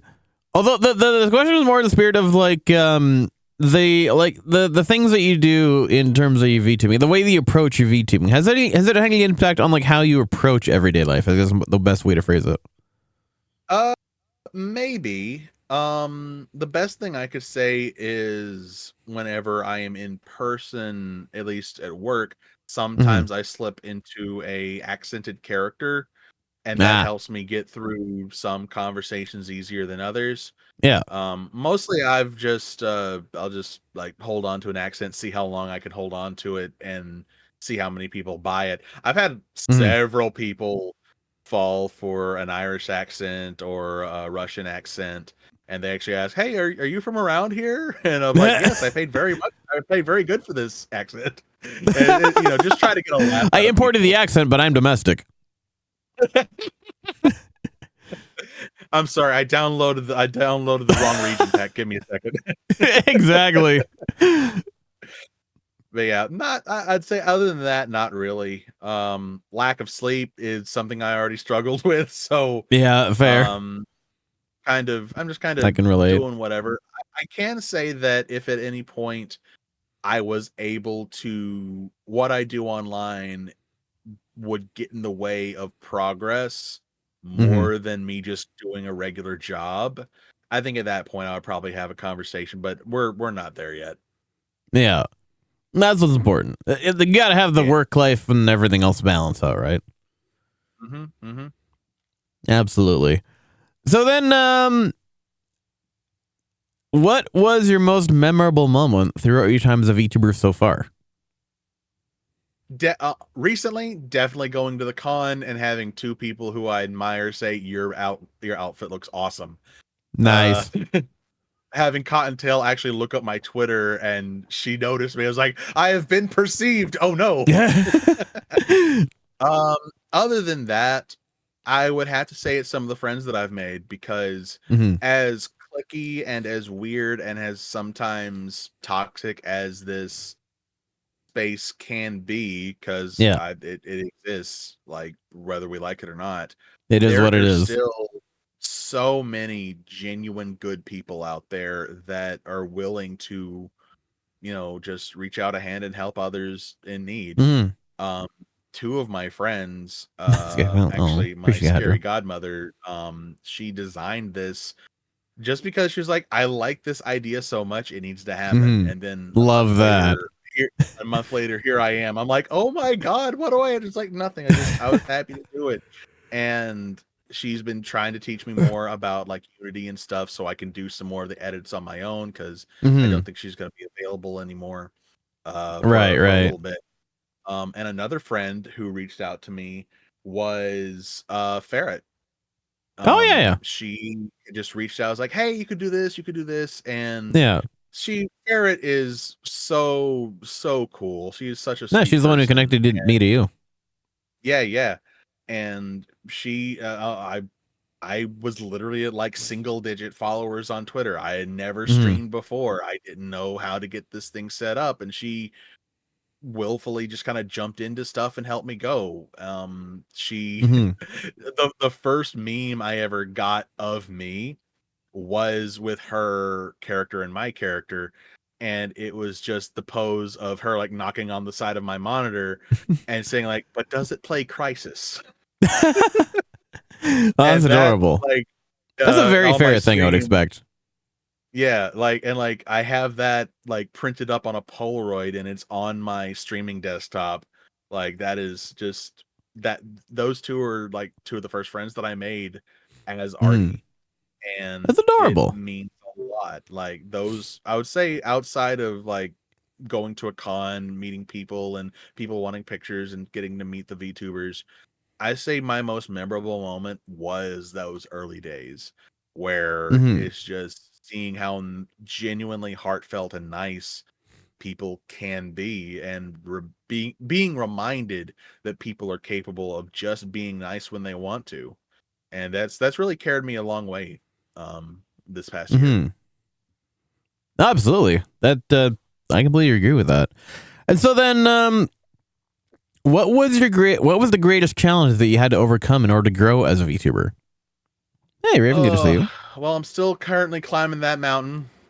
I'm running up that road, running up that hill. We're doing an interview. The biggest problem for me is finding, because the landscape is always changing. The rules Yeah. are always changing. The goalpost is always shifting. Especially by And Twitch. finding, especially by Twitch, Let's Plays are not what they used to be on Mhm. YouTube anymore. YouTube Shorts are a big thing. They just released the big update where you could upload multiple minutes now, which is huge for that Oh, wow. for that sense. But the culture of short form content is also super different between YouTube and TikTok. Like you can make those same shorts Mhm. and put them on YouTube. That doesn't necessarily mean they're going to do well, because it's a different kind of person who's going Yeah. to watch it. I don't know anybody, and I'm sure they exist, I'm not like knocking it, but I don't know anybody who looks up YouTube Shorts on their phone. Oh god, no. They just the kind of same appear. way they just kind of appear, you see them in the feed or whatever, but at the same time, I don't see anybody who runs TikTok on their PC for the same reason. And Yeah. because I'm of probably that one of the rare people. Only cuz Yeah. But that's also because I don't actively browse TikTok. I literally follow nobody on TikTok. I don't browse the app. I literally I literally only have it just so I can like toss clips onto it, and that's it. Yeah. But like that's what I mean. The culture of the two platforms Mhm. are fundamentally different. And because of that, It was real. Oh yeah.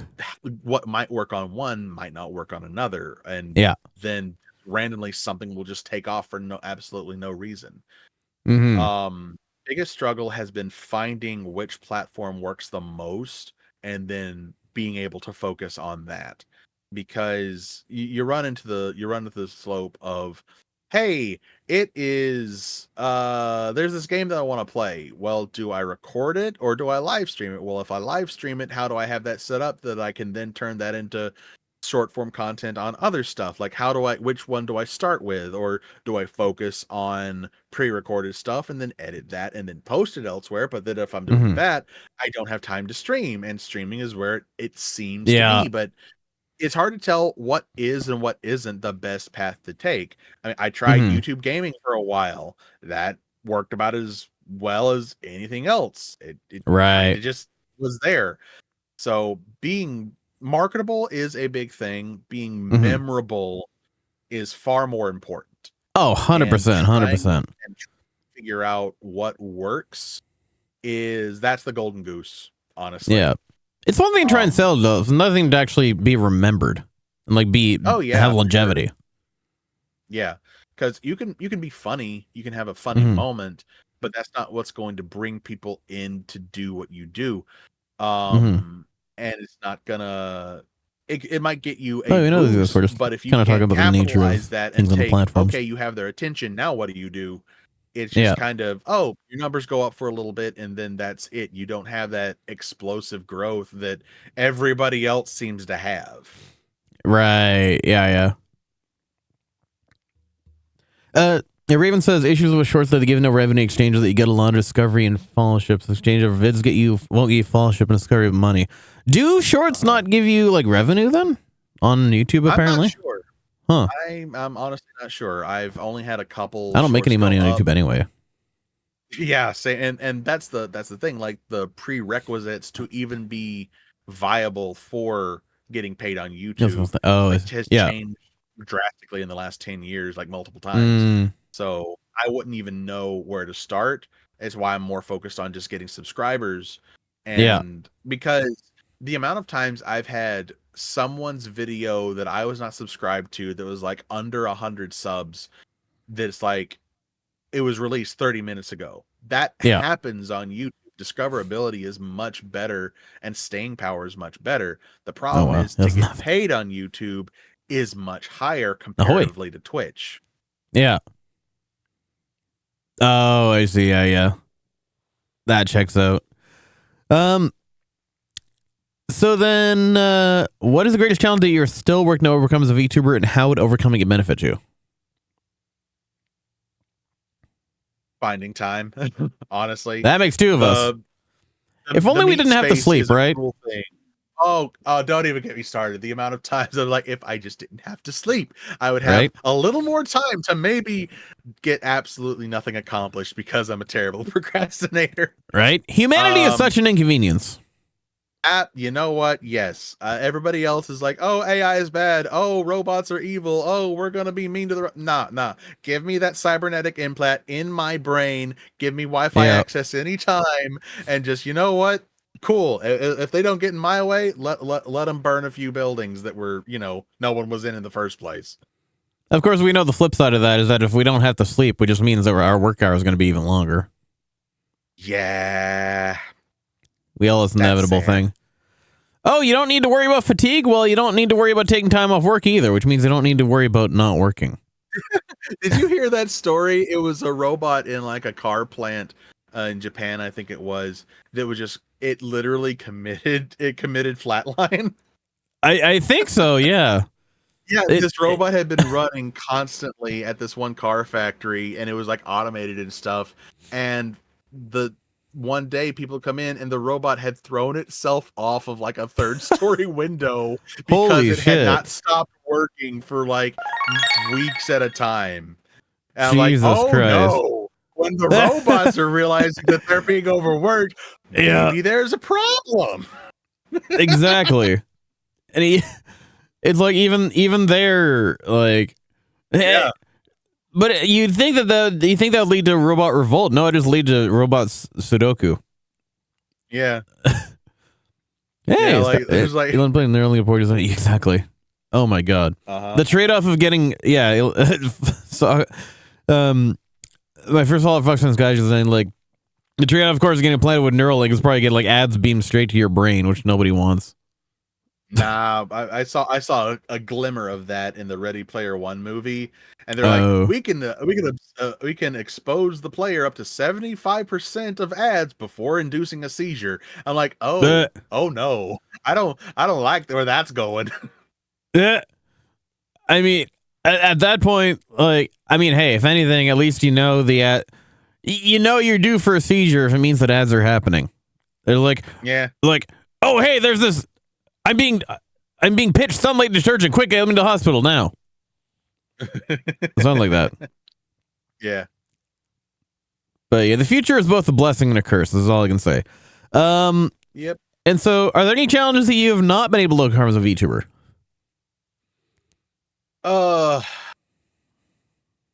Honestly, I'm trying to find my niche. I'm trying to find, because I'm going to be variety no matter what. Yeah. But I feel that my streaming content is going to be fundamentally different from my long form content, like my recorded content stuff. I like the idea of using streaming to get content to then edit, but I have this problem where if I have already done the work for something, I don't want to have to do it a second time. And that's kind of what it feels like to me, like taking inefficiency. editing the audio. Yeah, like it feels very inefficient. That makes two of us. Granted, that's just like procrastination on my part. Like, oh, Well, the whole thing I like have they don't want 5 touching the hours- same thing twice. Yeah, exactly. Like, oh, it's like you're writing something and you wrote 10 pages and then Yeah. the power flickered and you forgot to save. Well, now I don't want Yeah. to write at all. Like what I wrote Yep. was fine. I'm never gonna get that again, and bleh.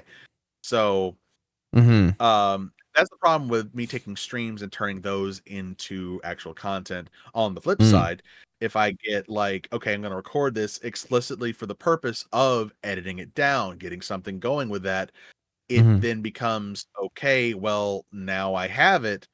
And There's it's just nothing that for it in the first place, fatigue though, is the thing. of I don't want to have to drag this into the editor. I don't want to have Yeah. to do this. So my current problem is finding out what I really want and can feasibly do.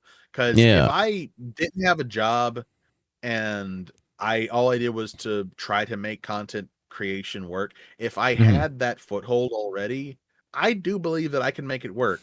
Between stories, between information, and just entertainment, I know I can make it work. I just don't have the time. So Oh, God, I'm yeah. trying to figure out what works with the time that I have, and that's proving to be difficult. Yeah, because what I did, like, because I did these little like 1 to 2 minute videos of just like basically just like my opinions on things of like and like different elements of the VTubing space, and I found that like it came to the average of for every 1 minute of content, like from start to finish, required 4 hours of production. Yeah. And so it's like a 2 minute video took an 8-hour day to make, and it's just like. And I mean that was from like start like from initial concept to like final product. But even so, there's just like that is a long amount of time for something that's only going to be watched like a handful of times. If people can even like last the whole like 1 to 2 minutes of watching it, while informative, it's still like again, it's just like what is the effort to payoff ratio going to be out of this? Whereas like just making clips of things and you like because I started out trying to do like because I kind of just spew out whatever the hell's on my mind when it comes to social media.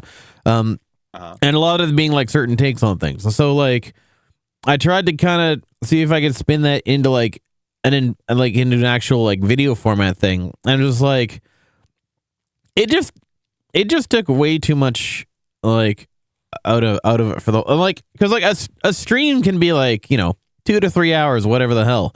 And like you get a bunch of clips from that like you can make them like like less than a minute, but like to take this amount of time to like edit a video, like produce a video that's like 1 to 2 minutes long, and it takes like a third of your entire day. Like it's just not efficient process, regardless of how much quality comes out of that final piece. It is not an efficient process at all. And like the people that can like crank those out and be able to like post like 1 a day kind of thing, like on top of doing their full-time streaming, like that is impressive, but it's definitely not for me. Impressive. Yeah, and like that's the whole thing with like trying to and I guess that's more what I'm really focusing on more than trying to find my niche. It's trying to find a way to be efficient, because there are ways to automatically clip stuff from a stream. There are ways to I'm running OBS and I just hit this button and it takes the last 5 minutes and throws it into a thing. That would save so much time. But getting that set up to where it works every time, that's where the trouble comes in. Absolutely. And Consistency. Consistency. And same thing. Okay, you have a VOD. A lot of people are super fortunate to have people who will clip every single funny thing they see. That's exactly. Levinicora. And the problem with that is when you're starting out, you don't have a bunch of people to do clips, and then if you're more focused on, okay, well, at this time I did this thing, I've got to remember to go back to it. That doesn't really work because you're in the moment. You're trying to focus on the moment, make that the most. And you don't always know what's going to work and what doesn't. And when you do find out what doesn't, and you're trying to like look over at the same time, like, oh, okay, got to pull up OBS. What's my timestamp here on the record? Like, I know you can like mark. I know in OBS you have an option where you can like, or Twitch you can like mark sections of your VOD to like know where to clip. But the problem is that as well is that like that means you got to have like, for one, you got to have VODs on auto publish. You got to remember to hit the stamp, and also like I don't have my VODs in auto publish, so sometimes I don't want everything in the VOD. Like, what happens if you accidentally dox yourself in a VOD? And you don't want that being auto published, and like have to rush to delete it right away. Yeah, and then you get into the problem of, okay, well, I've been recording for the last 4 hours. Oh, and now I've got 4 hours of VOD that I have to scrub through and find exactly where this thing is. Then you got to For like a 5-second quote. For a 5-second quote. Yeah, like you got to drag the file into the video editor, then you got to edit Yeah. it down, then you got to like it's a whole bunch of stuff. So And make sure it works in vertical format and all that fun stuff. make sure. Oh, God, formatting is such a pain. Yeah. But yeah, it's all of that. Trying to find the balance in efficiency versus time used, and then actually Absolutely. getting it done. And I get more caught up on trying to make things as efficient as possible and less time actually done making the content, which is kind of why I like editing other people's content, Mhm. because I'm actively looking through it anyway. I'm enjoying what I'm doing, and I'm able to chop it up, make it look good, and I'm able to get stuff out. Where if it's mine, it's like I've already seen this. Yeah. And my brain just kind of shuts off after a while, and it's not like, oh wait, was that a thing? Let me back up a few seconds. No, it wasn't. Yeah. Okay, well, let's watch again, and then you just zone out again, and back and forth. You know, Because here's the thing. it's- It's the hardest thing to do. Like, it's easy to do this with like other people because you have an outsider perspective. It's Yeah, the yeah. hardest thing to do to try and figure out when you're the funny person. right. And it's like, absolutely. It feels like, yeah, and it feels like when you're, it's like the only way you can really determine that yourself is if you're an egotistical asshole. Yeah, and I try not to be genuinely. Same. Yeah. So it's like the hardest thing we can do is judge like our best moments on ourselves, but we can easily Yeah. do that for anyone else. Yeah. And it's easier to focus on if you have those markers, if you have those moments where, oh, this was marked for a reason. Let me look at it. Mhm. Okay, I could see that working. But whenever you're just going in blind and you're having to scrub through 4 hours of content to try to find Yep. a nugget, a crumb Yeah. of something that could be good, and then you're just like, okay, well, this, and how long do I let it go? Do I need this connect to something else? It doesn't Exactly. flow the same way. Yeah. Oh, 100%. I can absolutely relate, especially when like I like for all the love that I have for you know my top mod Nikora, who is the majority of my clipper these days, and like other people who clip my stuff. Like a lot of the time, like I still do a lot of the clips myself as well, and it's just like, especially when you have a 3 to 4 hour VOD, and you're just like, okay, so there's one thing happened at this one point, and I can't quite remember it specifically, but it's just like, or you're just jumbling through just like skipping through your VODs, like whatever, and you like trying to stumble upon like something that happened that's like notable, and it's just like, okay, well this kind of works, might be good, might not be. Let's clip it anyway and see what goes from there. But it's just like I feel like a lot of like the stuff that we don't really consider it memorable ourselves, kind of just like lost in the ether. Whereas like if somebody else were to watch it, then it'd be like they could basically dig up a gold mine that we would just pass off as dirt, kind of thing. Yeah. So I totally feel that. So do you feel that these challenges have held you back, or that you've been able to flourish in spite of them? Either way, how? I wouldn't necessarily say they've held me back, but at the same time, I'm kind of a slow growing plant. I feel that. I wouldn't say that I think it's more my inability to put myself out there is what's holding me back ultimately, because no one's going to know you if they don't see you, and no one's going to see true, you yeah. if you don't put yourself out there. So in that respect, I would say my procrastination and just overall. Well, Twitch has a inefficient marker workload feature, is but it what's only keeping works me if you from auto growing. publish your VODs after streaming. Because ADHD is a bitch, and trying to focus is a pain. So, Yep. I know that well enough, as you can probably tell. Yeah. So yeah, like the hardest thing for us to do is the time that we can actually spend awake is also the hardest time for us to actually put a tiny like particular use, right? Yeah, for sure. I know that feeling well enough. As those of you who probably listen to me yap a lot of times, like the time if you had a nickel for every time you took a shot, you could probably fund like a year's worth of subs for me at least. Wait, no, that did not make sense. If you had a nickel for every time I strayed off topic. If you have a nickel every time you took a shot, you should probably go to a program for that, a 12-step program. You'd probably buy yourself a lot more shots. Exactly. That's a bit of an infinite loop that doesn't really work out. The brain was not braining right there with that one. Oh, that was perfect. That was perfect. I try to explain something in a way that about how much sense is not being made, and I do that in a way that doesn't make sense at all.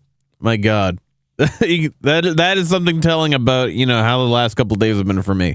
All these squares make a circle. Exactly, especially the one in your head. Is there anything about your VTubing experience that you wish you could have done differently? Honestly, I kind of wish I could have had a better start. Because I started on the 1st of this year, I think, was my first time doing anything. It was on YouTube. I wasn't actually streaming at the time. And I kind of wish that I could go back and make that a bit more thought out, a bit more thematic, I guess you could say. I originally wasn't going to stream at all until I hit like 1,000 subs on YouTube. That did not happen. A lot of people was like, "Hey, you should stream this, or you should be on this." Or you had all these ideas that they wanted to do. And I was like, "Okay, sure, I'll try streaming." And I started, and then those ideas fell through, and people vanished, and stuff happened, and like, I get it, but I think if I could redo something, it would definitely be redo how I started. Try to get a little more polished, try to get a little more staying power, try to establish myself a little bit better. Well, it's hard to commit to something you're passionate about, right? Posting more stuff that is properly edited and not just kind of thrown together last second. Yeah. I'm not ashamed of it by any means, but I do wish I could have done better. Right. I mean, to be honest, hindsight is 2020. So it's kind of one of those coulda, woulda, shoulda things. As well, at the same time, so you can only really do whatever you have time for, right? Oh, very true, very true. Yeah. So you can't fault yourself for not having the means or the resource to do so. But I mean, at least the thought is there that like you want to improve from there. That's the best thing you can do isn't to regret your past, is how to build a better future, right?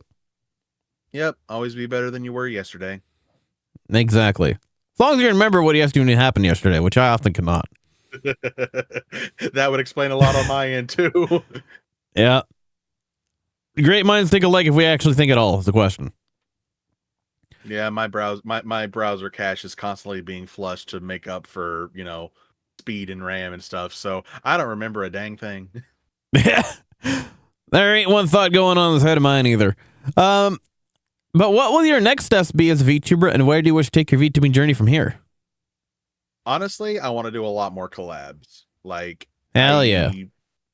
I want to do more as far as like short form content, sure, but I do enjoy interacting with other people. Despite how I may seem in real life, I hate dealing with people. I like being with people, if that makes any kind of sense. My slogan is, I love people, I hate customers. Yes, absolutely. So I know that feeling one-to-one. It's hard trying to find people who I mesh with, because not just because of my sense of humor, which can be well, dated is a nice way of saying it, but Gotcha. I also just I have seen so much of internet persona. I've seen so much of YouTuber personality. Kayfabe. So much kayfabe, and just so much just these acts, and I'm not knocking anybody. Because if it works, it's not stupid.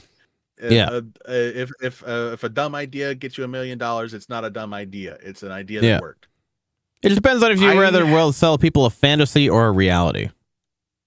Well, not just that. There is for me, comedy is a really, really big thing, and it is a super narrow line to walk.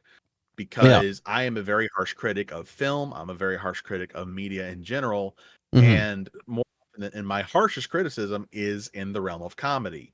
And there was a movie called Cop Out with Bruce Willis and somebody else. I can't remember. Heard of it. It don't really remember it.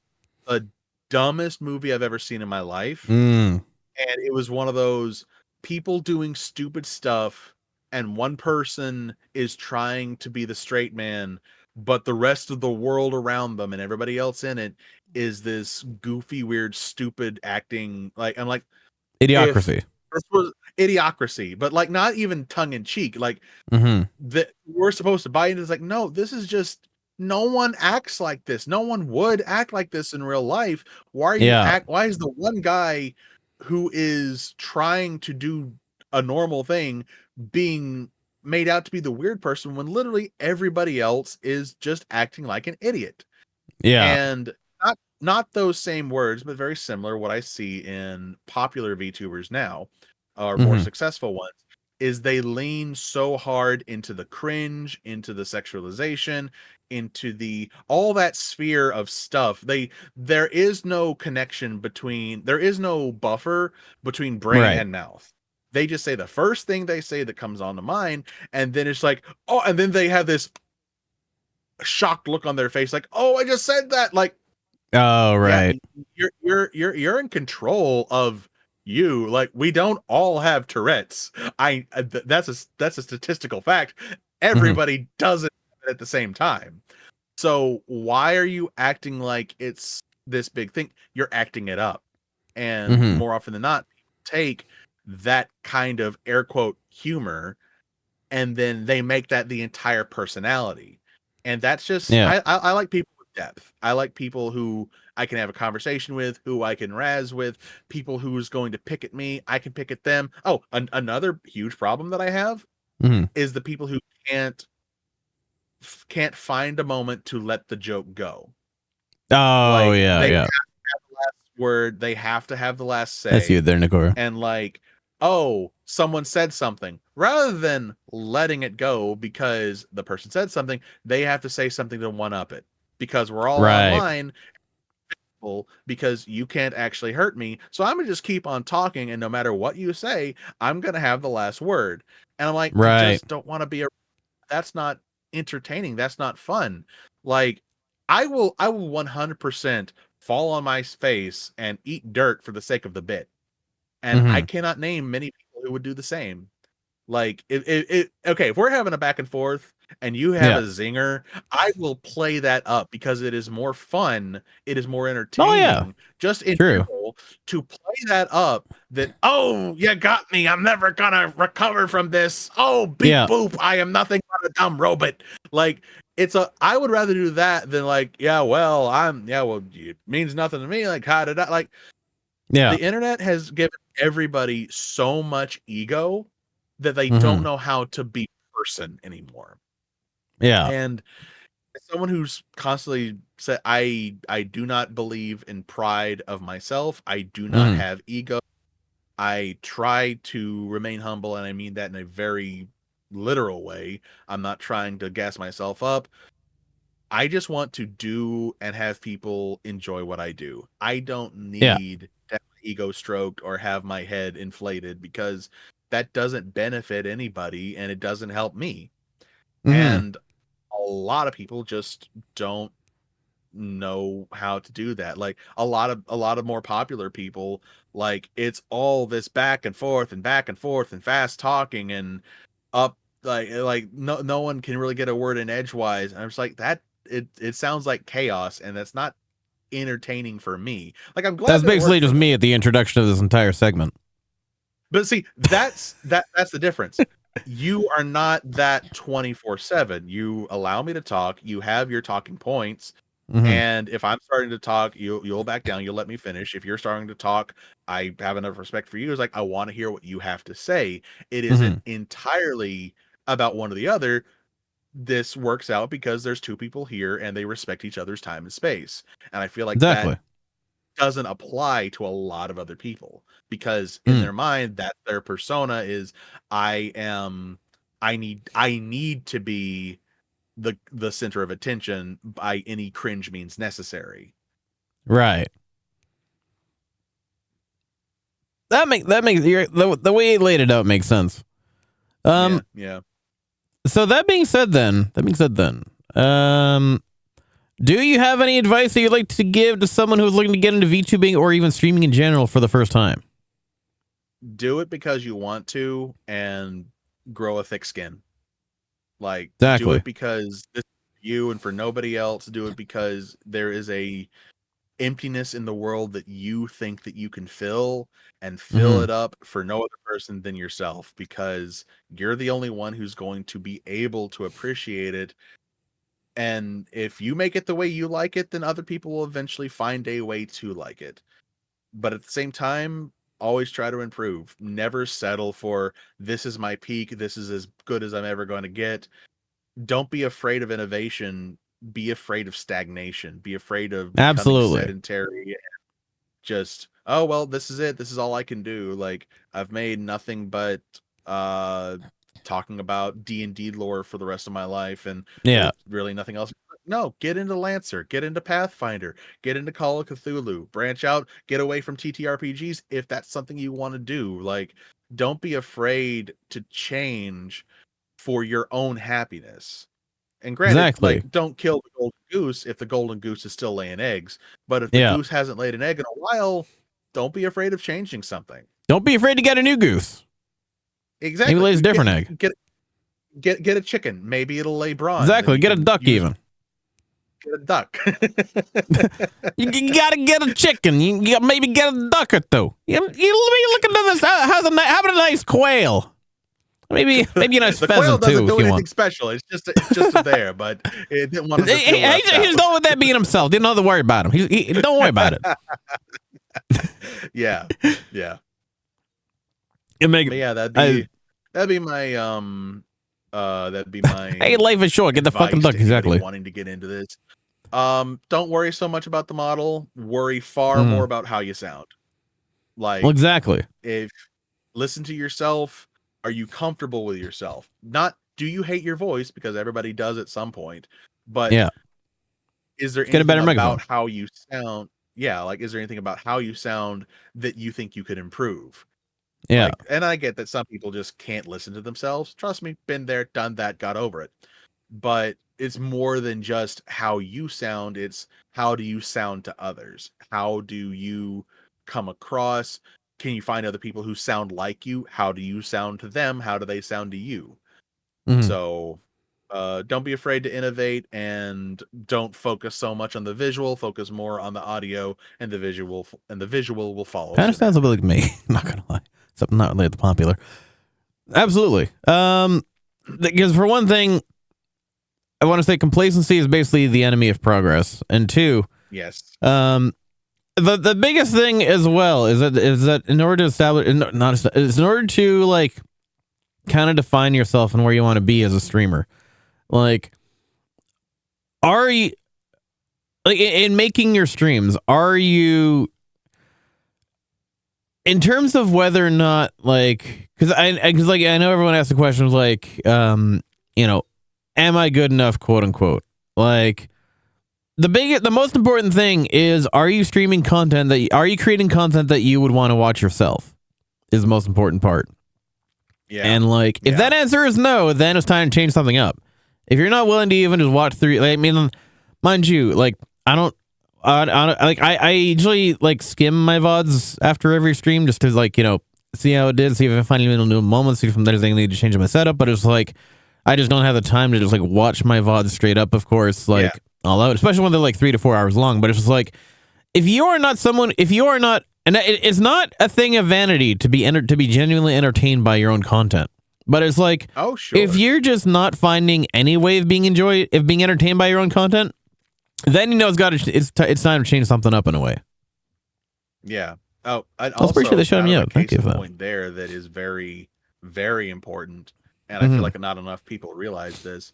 There was one time a game called Nine Soul. It was a Metroidvania, very beautifully hand drawn, kind of Hollow Knight-esque, but more of a Japanese cat samurai sort of thing. Yeah. And the game is very, very difficult. It's very challenging. It's kind of like, it relies on counterattacks and combos and stuff. Whenever I started playing it, it was great. It was fun. I had some good moments. I made the whole video, edited, posted it. It was fine. Life got in the way. I had a very busy work week. I wasn't able to play it as often as I wanted to. So I came back later and I started playing it. I was recording and I actually caught the moment on stream. And it's one of the few shorts that I have. But you can visibly see the moment where I just kind of realize I'm not having fun. And I'm playing this because I started it. I don't want to not finish it. I want to finish what I set out to do. Yeah. But I'm not having fun right now. This is not enjoyable, and I don't think it's going to be enjoyable for anybody else. There's no way to cut this to where it's good or funny or entertaining. And it's just kind of one of those, you know what? I'm stopping this right now. I'm gonna go play Fortnite because I just feel like shooting something. Oh in yeah. the toy box, like that's it. And then I played like 2 rounds and went on to something else. But that moment, that having that ability to be self-aware that this and not, it's not being super critical of yourself. No. I don't think anybody's gonna like this, but I got to keep on going. Is that I am not enjoying this. And here's I'm the not thing. having fun, and like if I'm not enjoying it, I don't think anybody else is gonna either. That's literally it. Like, if you're not enjoying yourself, how can you expect people to enjoy that you're watching it? Like, you're not going to be, if your heart's not into it, you're not going to be, people aren't going to be seeing that passion there. It's basically just all going to be for show. Exactly. And so, yeah, it's like how, if you're not into it yourself, how can you expect your viewers to be? Because there's like, it's what viewers tune into more than anything else. Well, I mean, like, going back to like the kind of previous point is the whole thing of like, you know, back in terms of the kayfabe or whatever. It's just like, I find that regardless of like how some have somehow other content creators portray themselves, like the best way to connect with somebody, especially whether you're a streamer or a viewer, is just to be genuine, just to be yourself. Yeah. Like I am, like, despite the fact that I may look like this, I am exactly the same person on Discord outside of stream than I am on stream right now. As like a lot of you can probably tell. And it's like, if you're exactly, and like if you're doing something where your heart's just not into it, like people like, and no matter how much of an act you try and play up, like it's gonna come across as that regardless, and people can tell whether they're actively perceiving it or not. It's just a vibe that you're giving off. It's not gonna be there, and so it's like, just do something that you want. Like, don't necessarily just do the thing that you think is popular. Do the thing you want to do. And like, it's not exactly because it's not about what is it? It's like, it's one thing to try and do something. Oh yeah, don't just try and give the people what they want. Give them something they didn't know they wanted until you offered it to them. And that's how you make that's how you establish stuff. That's how you make the better connections. Yeah. And so speaking of making better connections, if there was one thing that you could say to any famous person, whether it's someone inside or outside the VTubing space, who would it be and what would you say to them? Exactly. You're not having a time when you got it. I actually don't think about this quite as often as I used to. Fair. I would say that if there was one famous person that I could speak to and like get a message, and I know they heard it, it would probably, honestly, it would probably be Iron Mouse, and it would just be, thank you for being an inspiration, because she has constantly going through a lot, and she has become the most successful person on Twitch. And I can honestly say, from the time I started watching her to now, she hasn't changed. And absolutely. that is very admirable. Like that, you see a lot of people where fame goes to their heads, where the attention changes who they are as a person. And she's honestly, she's a good person, and she deserves everything she's gotten because she's 100% worked to get there. So absolutely, that would probably be it. No, I'd agree, and especially like, 'cause I mean, I'll be honest, I'm really not someone who watches like big name YouTubers in general much at all. Yeah. Well, for one, I don't really watch a lot just because of the time thing, right? But like, I've read up on her backstory and all that, and just like the amount of she, like, if you want to find anybody who's made the most of their circumstances, like, she is absolutely the epitome of that. Like, everything she's been able to accomplish, despite the fact of like the position that she's in, is just like insane. And so like, I don't think there's any reason why anyone would doubt just that is as being an accomplishment. Now speaking of memorableness, is that even a word? I was on the topic, Yes, it is. especially in related to similar in terms of nature of like accomplishments to Iron Mouse, whatever. How do you hope to be remembered throughout your own time as a VTuber? I want to be the guy that people remember with a smile. Like, I want to Mhm. not necessarily funny, but I want to be entertaining. I want to leave the world a better place than I found it. There you go. And whether that's in the real world or in the VTubing space, before I allow myself to quit, I need to leave something behind that can be a good for others. Maybe not inspiration, but maybe just help someone get through a tough time because they heard me or watched me or whatever. Like, I'm not here to save the world. I'm just here to save my little corner of it. Exactly. And do that all you do is hit Control S, right?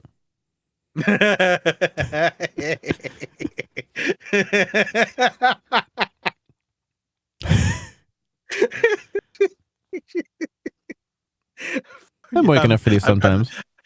I've got no comeback for that. That was good.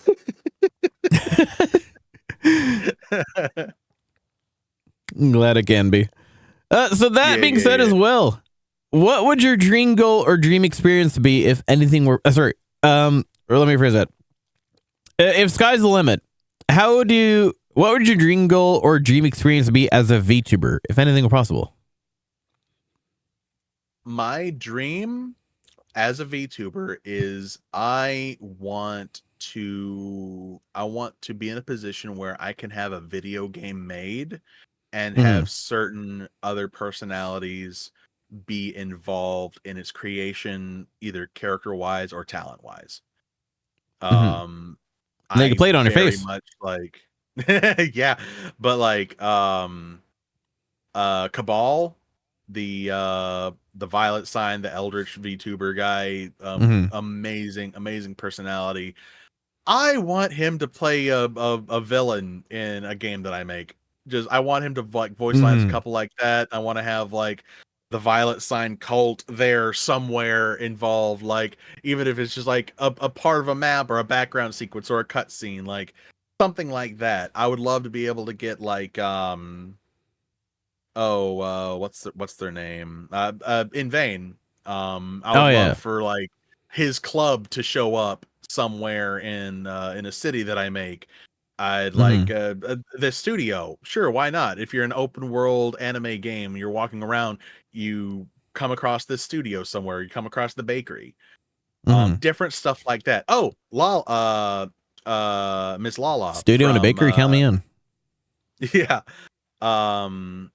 I'd love for her diner to show up and just have the goblins outside, like that sort of thing. I don't necessarily want like the MCU of VTubing, but I would love to be able to make something and then have people's lore be immortal within a game where someone can actually like go in and play, and then they see like, oh hey, that's that place that I know what's here, and like maybe like oh hey, it's that thing with that guy who does a thing. like they know if they go to this certain place, they can get like an Easter egg from that VTuber. Like that's like super big goal. That's where I want to go with it. Then I realized Pip and Pippa was really embracing the rabbit persona these days. Yeah. Easter egg. That one didn't land. My apologies. That's why I can't be a pilot. It's fine. Some of them aren't as cracked up as they used to be. Exactly. Especially when I was gonna say something about eggshells, but that one didn't land either. No. I tried. I think your jokes are starting to get a bit scrambled. Yeah, exactly. The golden goose is cooking. He's not even a chef. Yeah. I think this bit is over easy. A little bit poached. Nah, I think my brain was fried at this point. Exactly. Yeah. Exactly. So then, we're almost about to wrap up here. Considering it is the Friday, what are your upcoming weekend plans? If any, well, I guess you're working this weekend, aren't you? Or is there anything particular looking forward to? I am well, the Monster Hunter Wilds is currently still in beta access. I'm looking to play a few more rounds of that before it gets taken off the shelves. Cannot shout that game out enough. Like, I'm a huge Monster Hunter fan, and they've done some major innovation in the game, not just gameplay, but how the game works. So if you tried Monster Hunter, couldn't get into it, try this one. It's worth it now. Other than that, I'm hoping to get a little more done with some video projects I got in mind. Possibly could get a little more voice acting stuff done. Trying to always on that grind, trying to get the next part. But yeah, that's pretty much it. Hopefully sleep maybe at some point. Allegedly. Potentially. Eventually. One day I will find the legendary sleep and I will catch it and it will be mine. And it won't got to make sure you use Master Ball for that. You'll also be screwed. Highest catch rate, unless it's one of those event ones like something is preventing you from catching this monster. Exactly. Just spam the B button, right? Right. Oh, callback. Classic. Classic myth.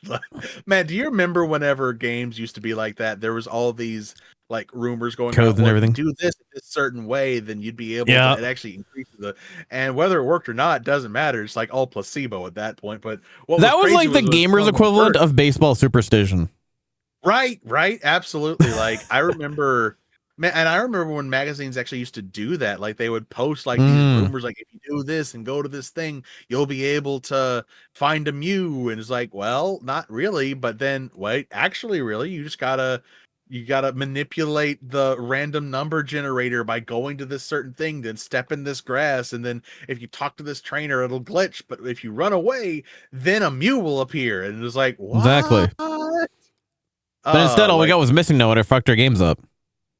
I abused that so much. I had hey, missing no. I want all the Master Balls, please. I want all the rare candies. I want all the big nuggets. Like, just I abused that so much. It was nothing was safe from me. And then, not even our save files.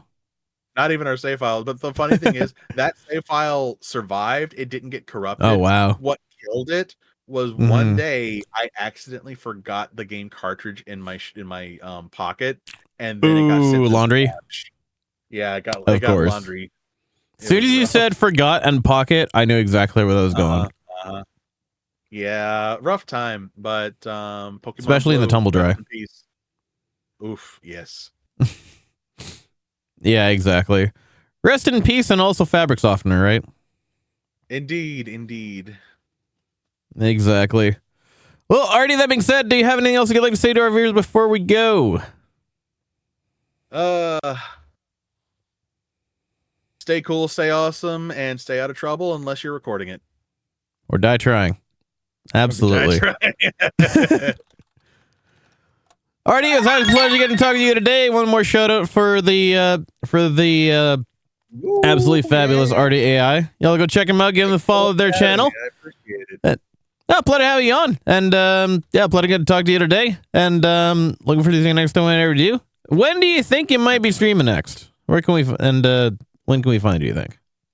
Well, looking at everything, I am. It's not going to be tonight. It's either going to be Saturday night or Sunday. I don't know what my schedule looks like Sunday because work. Yeah, Saturday night's all right for fighting. But all right. But yeah, Saturday night or sometimes Sunday. But if not, then I'm actually working on a schedule splash screen so I can actually put up like, hey, this is my availability for this week. I might be online during that time. So I'm RDAIVT on Twitter and anywhere else that matters. You can find me in all the places, and if I do plan on streaming soon, that's where you'll find out. Excellent. And we're looking forward to seeing more of you then. Artie, once again, thanks for joining and have a wonderful weekend. We will see you at some point next time. Pleasure having you. Hope to have you back at some point soon. Otherwise, stick around, Absolutely. chat. We'll be right back. When we get back, we'll be having Miko Mai for another round of Friday Morning 2 for 1 as well. But for now, stick around. We'll see you then. Ciao, meow, and stick around, chat. We'll be right back. Kicking off your workday with a fresh baked feline frenzy. You're watching and listening to Nyongo Bongo Dongo. Now let's get this bread.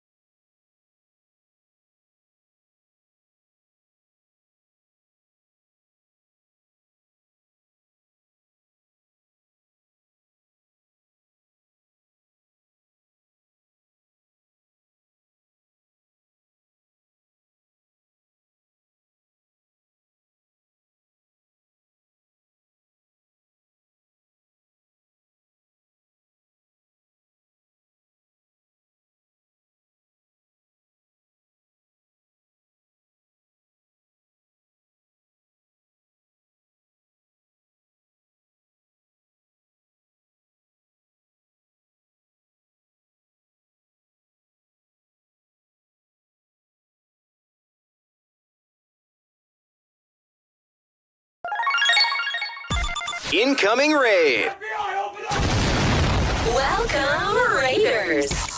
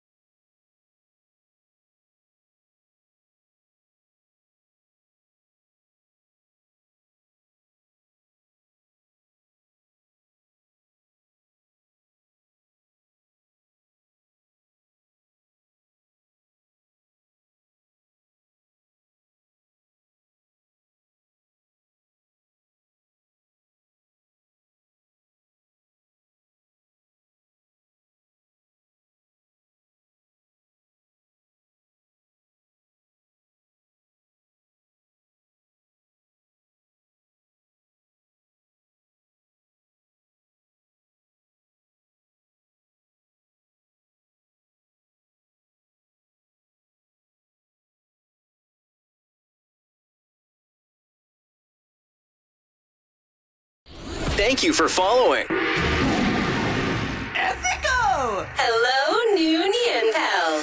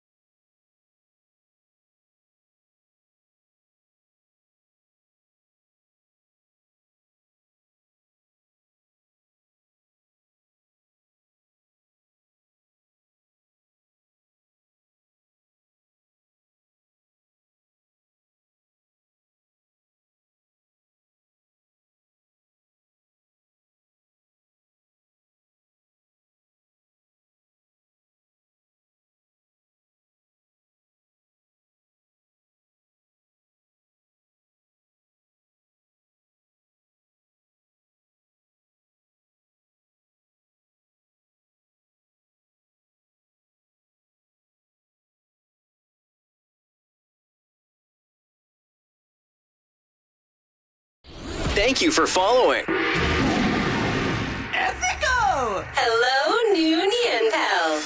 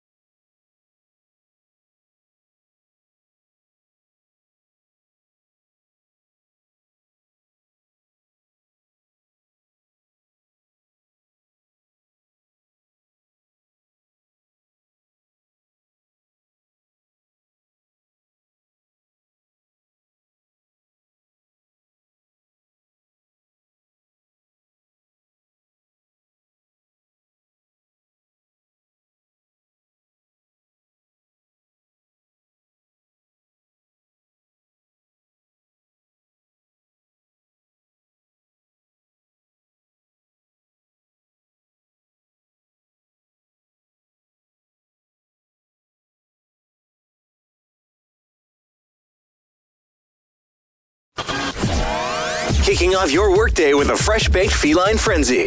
You're watching and listening to Nyongo Bongo Dongo. Now let's get this bread.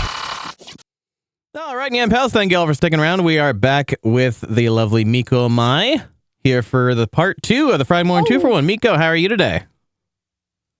Yeah, I'm pretty good. Good. Now, for those of you who may not know, Miko Mai is actually the artist of a couple pieces, a few pieces actually, of mine that I requested back a while ago when I first got the model. Speaking of which, I think your model went stuck. Oh, there you go. Now you get to go again. Because you were loading in. Oh, my model's, like I said, speaking of my model's fucking huge. So it takes like 3 to 4 minutes just to show up on like anybody's side. Which is kind of, you can tell a lot of like, there's a lot, like, it was like 150 megs worth of Catgirl going through the internets there.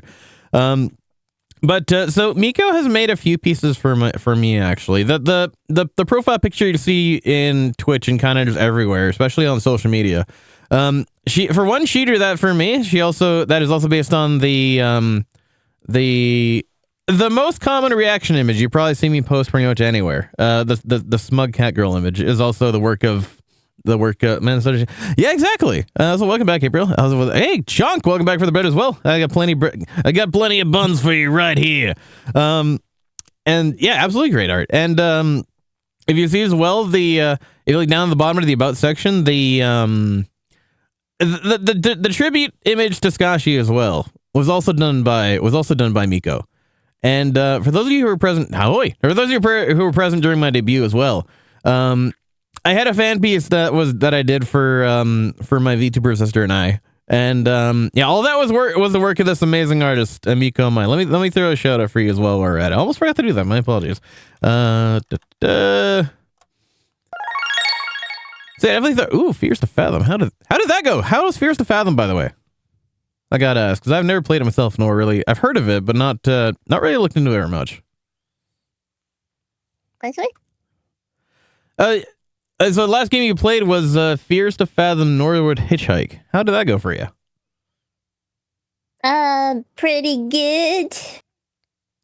Did you play it for Halloween? I had to play it until no, I just did it for fun. That's fair. I didn't really. Yeah, my spooky week kind of went haywire because like half of the game. Well, one of the games just didn't work, and then the second game, the group that I had didn't really show up, and so we ended up doing then the third game was kind of the same thing. So we ended up doing the second game the third day, and it was kind of just weird. But yeah, other than that, Miko's probably the one. Or like I've known them for a while. Actually, I've known you for almost well over a year now. Holy shit! I can't believe it's been that long already. But so Miko's probably been the most well-versed person of like doing art for my model that like anyone else is. So considering how many pieces she's done for me. Yeah, exactly. I know, right? Time flies in the VTubing space. And so so Miko Mai is my funky fruit bat friend I decided to known for quite a while now. How are you still saying? That you're implying I was ever saying in the first place, Chunky. So I think that's kind of you gotta have a fairly loose definition there. But Miko, how has everything been with you and whatnot since we last? Well, I guess we spoke for whatever.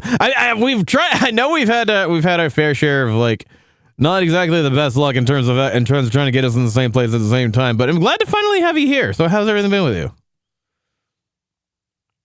Fine, just dealing with Halloweeny stuff and whatnot. I haven't really been streaming much these days, but I'm trying to do my best and get back into streaming again.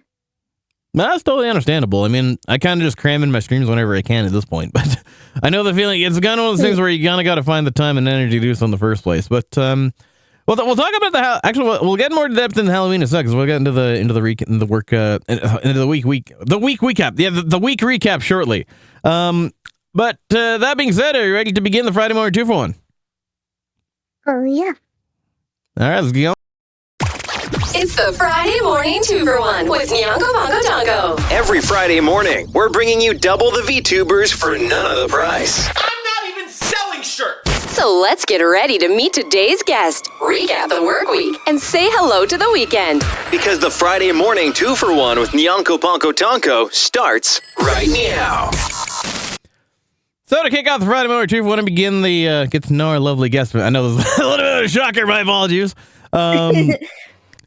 It's a little bit of an unconventional intro video that I have Friday morning. 11 o'clock. Oh yeah, so it is actually still technically morning on the West Coast, Best Coast, and especially if you're in Hawaii. I mean, I'm not in Hawaii myself. I'm in BC in Canada, which is basically the California of Canada, without the nice weather and with plenty of the problems as well. But other than that, yeah, so it is. I know it's more Friday afternoon for you, but for those who may not be familiar with you, let's start with the 5 W's. So, who are you? What do you do? Where do you do it, and when? And for how long have you been doing it? Those were a lot of questions. I apologize. what was the first We'll do one at a time. question? So the first one is, who are you? I'm Mika. Mika, my. Duh. Exactly. And so what do you do for your when you for your streams? What do you do on your streams? Mostly gaming. I have done a few drawings, but I find it hard to stream drawings. I don't know why. I just feel awkward. Is it more But of the then thing again, of just I'm like kind of people awkward watching you? anyway. Yeah. Ah, well, you can. That's totally understandable. I mean, like sometimes some people are good at streaming online, some people aren't. Streaming. So, what? Some people are good at drawing on stream. My apologies. Is that how it is? I don't even know what the hell. I'm awake. I promise. Well, no. So, some people can handle streaming on. What? Why does it? Some people can handle drawing online. Drawing on stream. Some people prefer to draw. Some people prefer to stream offline. I'm like, what the fuck am I saying? My apologies. Scream. I squeam. I am squeaming. There you go. Squeam. If you ain't screaming, you ain't streaming. Exactly. And I go, it was not working. Exactly.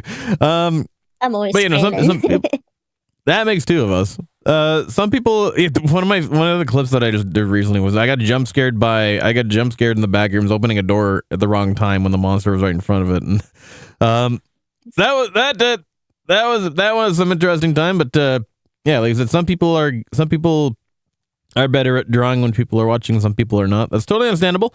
And then so I know, right?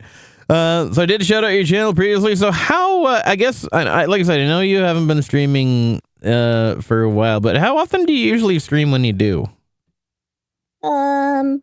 Sometimes like twice a week. I'm really not very good at keeping it up. That's fair. I mean, hey, if anybody knows my first follower, Fox Friend Skashi, he had a schedule going for a while, and then he didn't.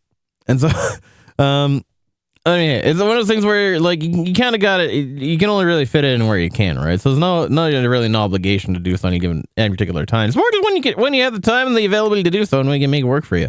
And so, how long have you been actually streaming for? That being said, A while. do you remember? That's fair. Do you remember roughly like when you started?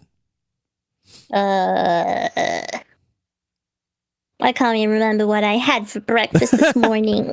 Oh, that makes two of us. I can barely remember much of yesterday. That means that I'm almost rarely ever awake to do so. Now, that being said, speaking of yesterday was Halloween. Did you do anything exciting for that, or are you to prepare for that? Do you do much I for did Halloween the these days? pumpkin. Oh yeah, we do. Oh, nice. We do lots of stuff, especially in the area that I was in, because we ran out of candy, Oh, God. and it's not because I ate it all. Oh, you at least left some of it for the trick-or-treaters, right? Oh. That checks out. John says the Miko Twitter was made back in 2021, so yeah, roughly 3-ish years. That checks out. Did you get much trick-or-treaters in your area in particular? Oh yeah, we had loads. Oh, nice. Yeah, we had I had quite a few in ours as well. I mean, I put in a bowl of candy and it ran out in like half an hour, and then people actually ended up putting candy back into my bowl because it ran out so fast. It was like, it was just wild. Did you carve a pumpkin and everything? Yep. My pumpkin Nice. was hideous. In a good way? Sure. Hey, it still is gonna either way. It's gonna be a lot better than I am at carving pumpkins. There are a lot of things I'm good with a knife. Carving things in detail is not one of them. But it's been it's hardly exactly. In more ways than one. Yeah, last time I ended up even close. Cause I get 2 pumpkins every year for a setup, but like last time we actually carved a pumpkin was back. Well, I didn't even carve it myself. Actually, a friend of mine came over and they just went and carved some pumpkins for us before like the Halloween of like 3 years ago and just like carved it for us, and that just like ended up like going to my setup. So that was kind of cool. But yeah, I usually just slap the pumpkin in the setup, and that was kind of it. So for those who want to know a bit more about you in detail, give us a detailed breakdown of your character and tell us about your lore. Well, I was once a little bat, and then I had this magical strawberry, and I tried to eat it. That kind of hurt. Next thing I know, I'm adorable little me. You bit off a bit more you can chew, I guess, so to speak. Sure. Allegedly. Yeah. That makes sense. I mean, would that explain your obsession with strawberries then? Yay. Strawberries are delicious, but I do like other fruits too. Like what? What kind of fruits does Miko like, that being said? I like grapes, I like bananas, apples, mangoes. Oh, hell yeah. Oranges too. You gotta get some citrus. I was gonna say, she's the best part of... She's the greatest part of practice, exactly. And mention oranges, especially when you know... I know pirates probably got a lot of oranges because you don't want to be catching that scurvy in another boat, right? So... I am curious, what does VTubing mean to you? Not in terms of the definition, but what is the significance to you? Like, why is VTubing important to Miko Mai? Because I get to express myself, and I get to be cute while doing it. That, honestly, that's the best way to sum it up. I mean, hey, it's not you don't really always have the option to express yourself, and especially like it's the best thing you do when you can be on the internet and just get to be adorable as hell, right? I mean, you definitely know that for a fact. I mean, just look at you. You're absolutely fucking adorable. I mean, who could really go wrong with that? And so then, how did you get into VTubing, and how did you go from wanting to become a VTuber to becoming a VTuber? I think it's because Captain Chunk was like watching a bunch of them, and I was like, "What's that?" And then he was like, "Oh, that's VTubing," and I was like, "That looks cool." Like I always wanted to be anime girl, and then I decided to start drawing anime girls and got into my own little drawing thingies, wondering whatever VTubers were out there and whatnot. And then I got a design together, and it just so happens that I have a friend who can rig models. And nice. They taught me how to put a model together, and then they rigged it for me. Oh, is that Whimsy Cat? Oh, nice. And so then who was it, I guess, between you and Chunk? Was it Chunk that was interested in VTubers first, and then like he kind of introduced that to you then? Yeah. Gotcha. And so how did you then, because you I know you didn't rig your own model, but you drew your own model, right? How did you learn like the process for drawing and cutting a VTuber model? Basically, Whimsy just gave me just taught me really, really slowly, because it takes me a while to understand That's how fair. things work. Yeah, that makes two of us. But yeah, after a while I got the idea, and obviously I had some like upgrades and updates and whatnot, and that until I got this one. It's my main one. Yeah, how many models have you had so far? Because I know you've gone through at least a couple. Let's see. I had my main one before where I had boobies.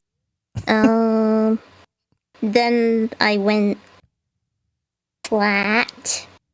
Then I went flat with dungarees. And then I have this one. So yeah, your fourth one so far, I think, if I'm counting correctly. Mhm. Yeah. That makes sense. And so then has your VTubing experience gone in the direction you thought it had when you first got into it? Or how has it been different?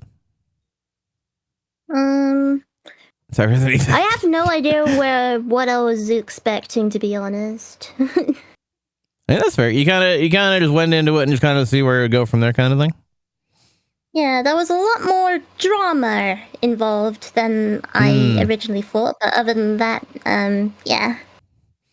Yeah, what I noticed is that like once people have eyes on them, sometimes like the rest of the internet world can sometimes kind of go sideways, so to speak, in more ways, whether we want it to or not, kind of thing. So it's one of those kind of things where like I don't want to quite say it's inevitable, but like you just got to know how to handle it, kind of thing. And so, has your VTubing experience had any influence in your everyday life, and if so, how? I'm now obsessed with strawberries and bats. Nice.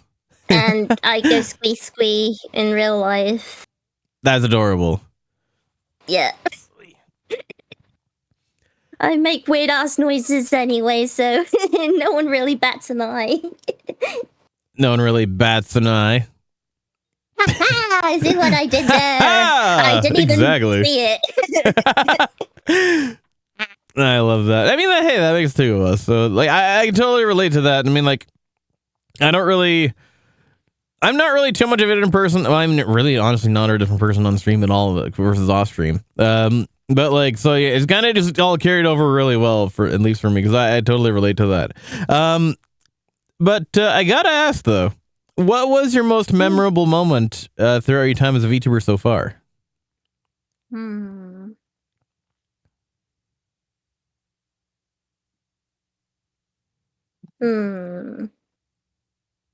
more than welcome to give some thought. Don't worry.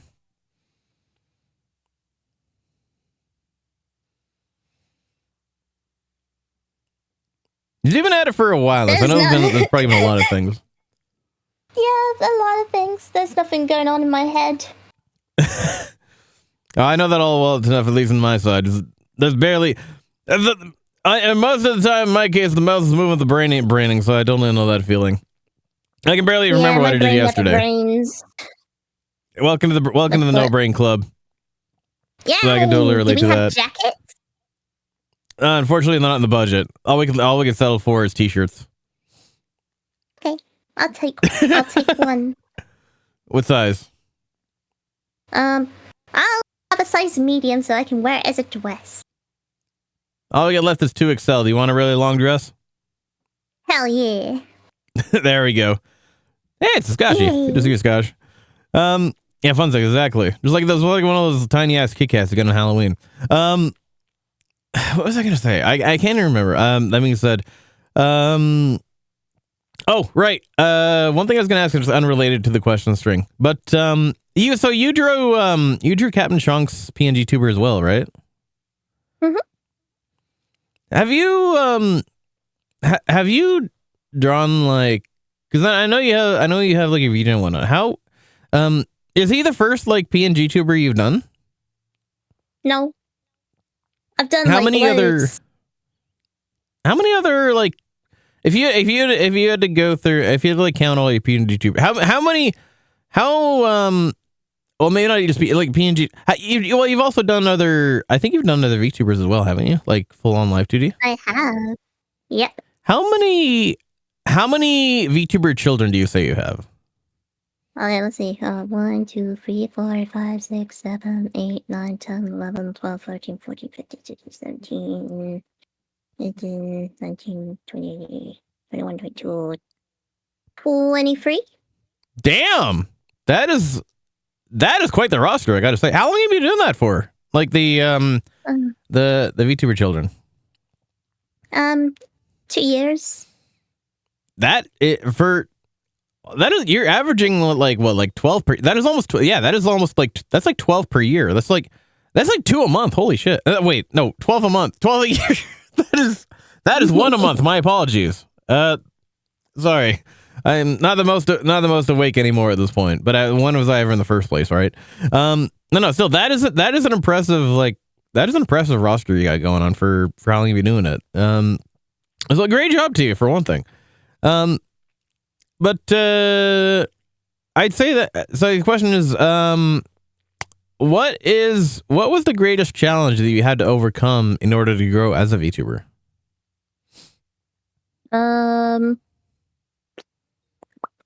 Mental health, I think. It's still That is totally understandable. Mm-hmm. But the important thing is that you're still persevering and getting through it one way or another, right? Mm-hmm. That's the most important thing you can do. As long as you can keep going, you can really kind of do anything, kind of thing. Yeah.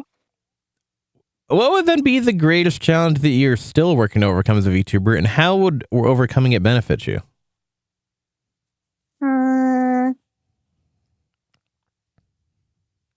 Mika wishes she was able to talk more, because I know it's not really my fault, but I kind of wish I could, but I don't think I can. What do you mean? I am what I am. I don't know. Like, what do you mean? Like, do you wish you just like have more just like just chatting kind of things, or you just wish you just more like talkative in general kind of thing?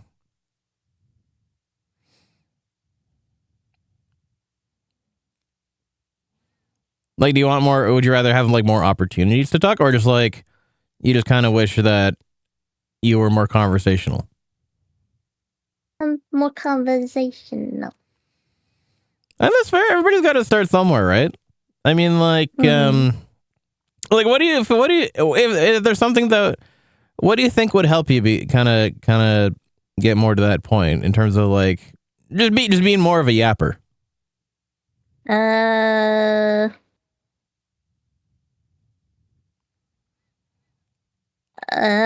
Have brain work.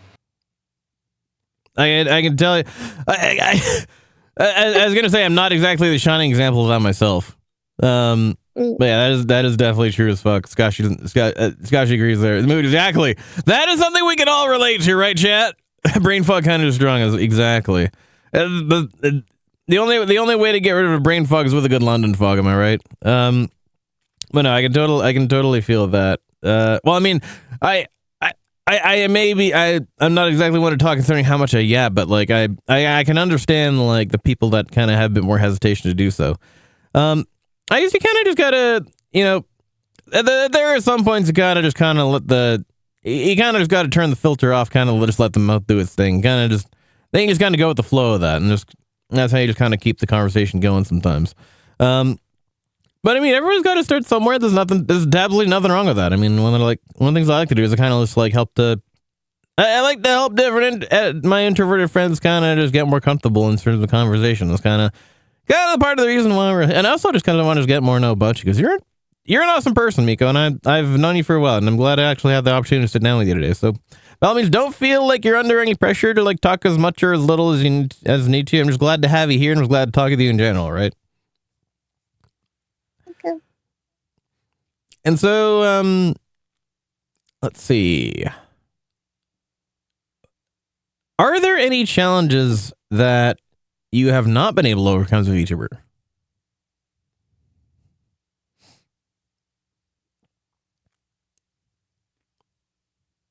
I don't know. I need an example. Like, is there anything that you've been working to overcome, but you just haven't been able to kind of overcome it yet? Like whether it's, whether it's, I don't know, because whether it's been like tech side, knowledge side, dealing with my dumbass is probably one she'll never overcome. Oh, chunky. But I guess in terms of like my own ass. touche. But this is like, yeah, this is like, has there been anything that you've been like trying to basically, I guess the best way to put it is like, is there an element of each being that you feel you just don't really know enough about, but like you're not exactly the point yet where you feel you can like properly grasp it, I guess.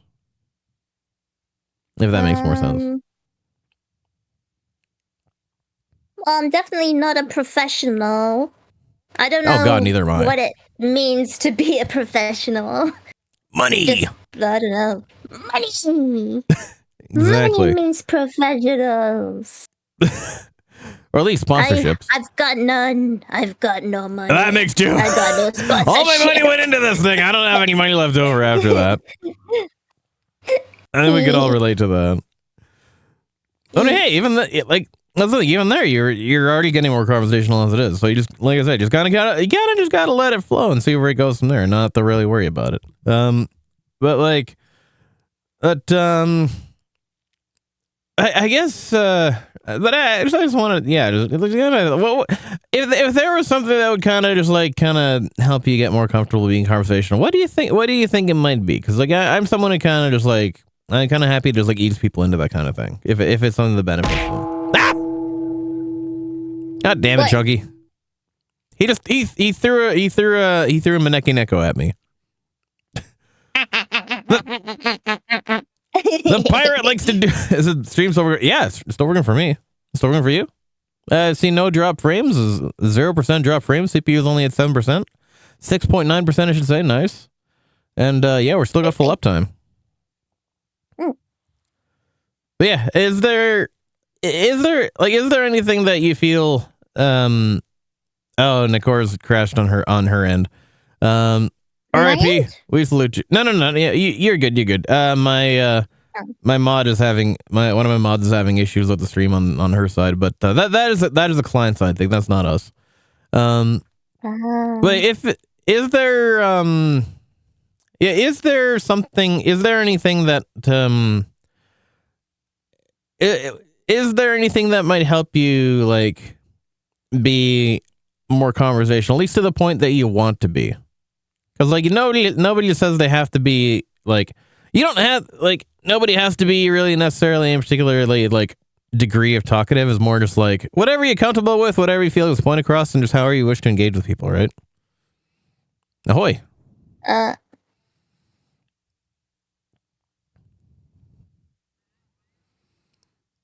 I guess what would help you become more comfortable just being a more like confident yapper? I don't think that's even possible. It just sort of happens or it doesn't. I don't know. My brain is weird. No, that's all good. I mean, hey, you're already yapping just now, and it's like that's the thing. You can't really force it, right? You kind of just have to you kind of just gotta let it flow. It's like a faucet. Sometimes the water's there, sometimes it's not. I gotta just make sure you open the hose and just see what comes out, right? But let's see. So did we answer did we ask the part about the challenges not able to, I can't remember what you I can't remember what your response was to the are there any challenges you've been able to overcome? So then we'll talk about the collabs. Oh yeah, you were giving me an example. Chunky says you said yourself that was partially my fault because I also derailed the conversation multiple times in multiple directions. It's like I'd say that the train goes off the tracks too many times, but the train was never on the tracks to begin with. It's been riding on the dirt at this point. We don't know where the hell it's going. Thank you, Amtrak, for sponsoring this particular episode. So basically, you're a train wreck. Exactly. The train was never really put together properly in the first place. It's like you give a model train set to a 5-year-old on Christmas morning. They don't know what the fuck to do with it. They're just like, okay, let's just slap this thing on this other thing and just hope it works, and then it covers the dozen. Then they just like causing electric, but they're burning the tree down. Oh no. And Chalky says you said yourself you're more talkative with collabs, or you got something to bounce off of, especially when there's a trampoline involved, right? Allegedly. Oh. I love trampolines. Same. Hey, Scotch, you remember the bouncy castle? We're going to finish that one off tonight, right? There's one. There's one Backrooms game that has bouncy castles in it, and it's just like it's basically a birthday party. That's awesome. It's okay. I think I had a plan for it.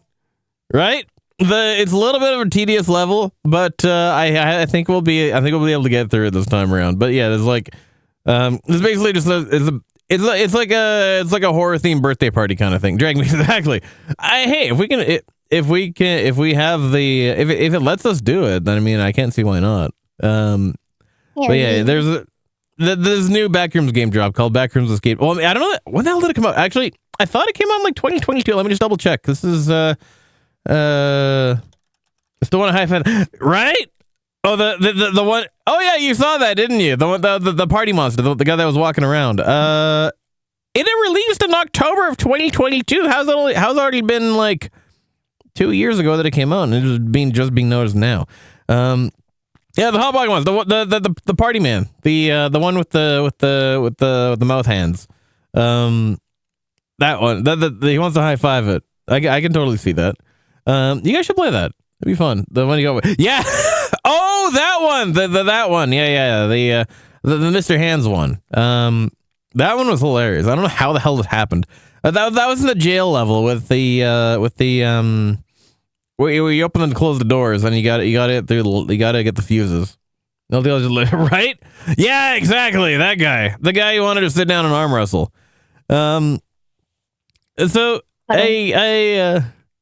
then do you feel that these challenges have held you back, or do you think that you've been able to flourish in spite of them? And either way, how?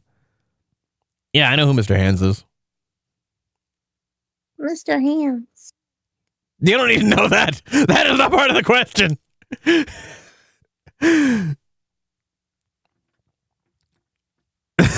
Too late. I can't remember what the. I guess if we go back to the yapping thing, like, do you feel that that has held you back at all, or do you think you've been able to flourish kind of like regardless of that? No, I think maybe maybe it has held me back because I don't know. Sometimes I think I'm boring. Oh God, no! I don't think you are. At least I don't think I in particular do not think you're boring. Yay! I am enjoying the time that I have with you right now, and I enjoy just interacting with you in general. So I don't think you're boring. Interesting. But I'm glad I get to spend Miko time today, and I'm glad that we were finally able to make it happen. So you're a fun person to interact with. You got to give her some more credit, I think. But like, you don't always have to be the most talkative person. Like, I think I will admit I don't really watch a lot of people's streams in general because I don't really have a lot of time or energy. As you can probably tell, I don't really have a lot of time and a lot of energy available to me on a regular basis. But I have popped into a couple Miko streams every now and then. I have like. You've been well engaging with the people that have been chatting with you. So I think honestly, like, people enjoy hanging around you. People enjoy. I definitely enjoy hanging around you. I enjoy talking to you. You're a fun person. Listen, I've known you for way too long. Yeah, even Shog agrees. You're not boring. We stand Miko and Mai in this chat. Go. I can do that too, actually. Oh, you got the double. Your hands are a lot more dynamic than mine are. But can you do this? No, but I can do this. True. I can't do that one. Do I have another toggle for that? No, I don't. But is there anything throughout your VTubing experience that you wish you could have done differently? Nope. Excellent. I appreciate the confidence. Whatever You're in the zone. You need to know. Thank you for following. Exactly. Is that Hello, Union. nice? Also, Rucksack 1212. Thanks so much for following. Much appreciate it. Welcome to Nampa. Nice to meet you. Welcome to Stream. But happy Friday. Looking forward to the weekend. Good to see you. We're doing the curly and doing Friday morning 2 with the lovely Miko and Mai. And so, what will your next steps be as a VTuber, and where do you wish to take your VTubing journey from here? Again, kind of the same. Whatever happens, happens. I'm just gonna keep on just doing me.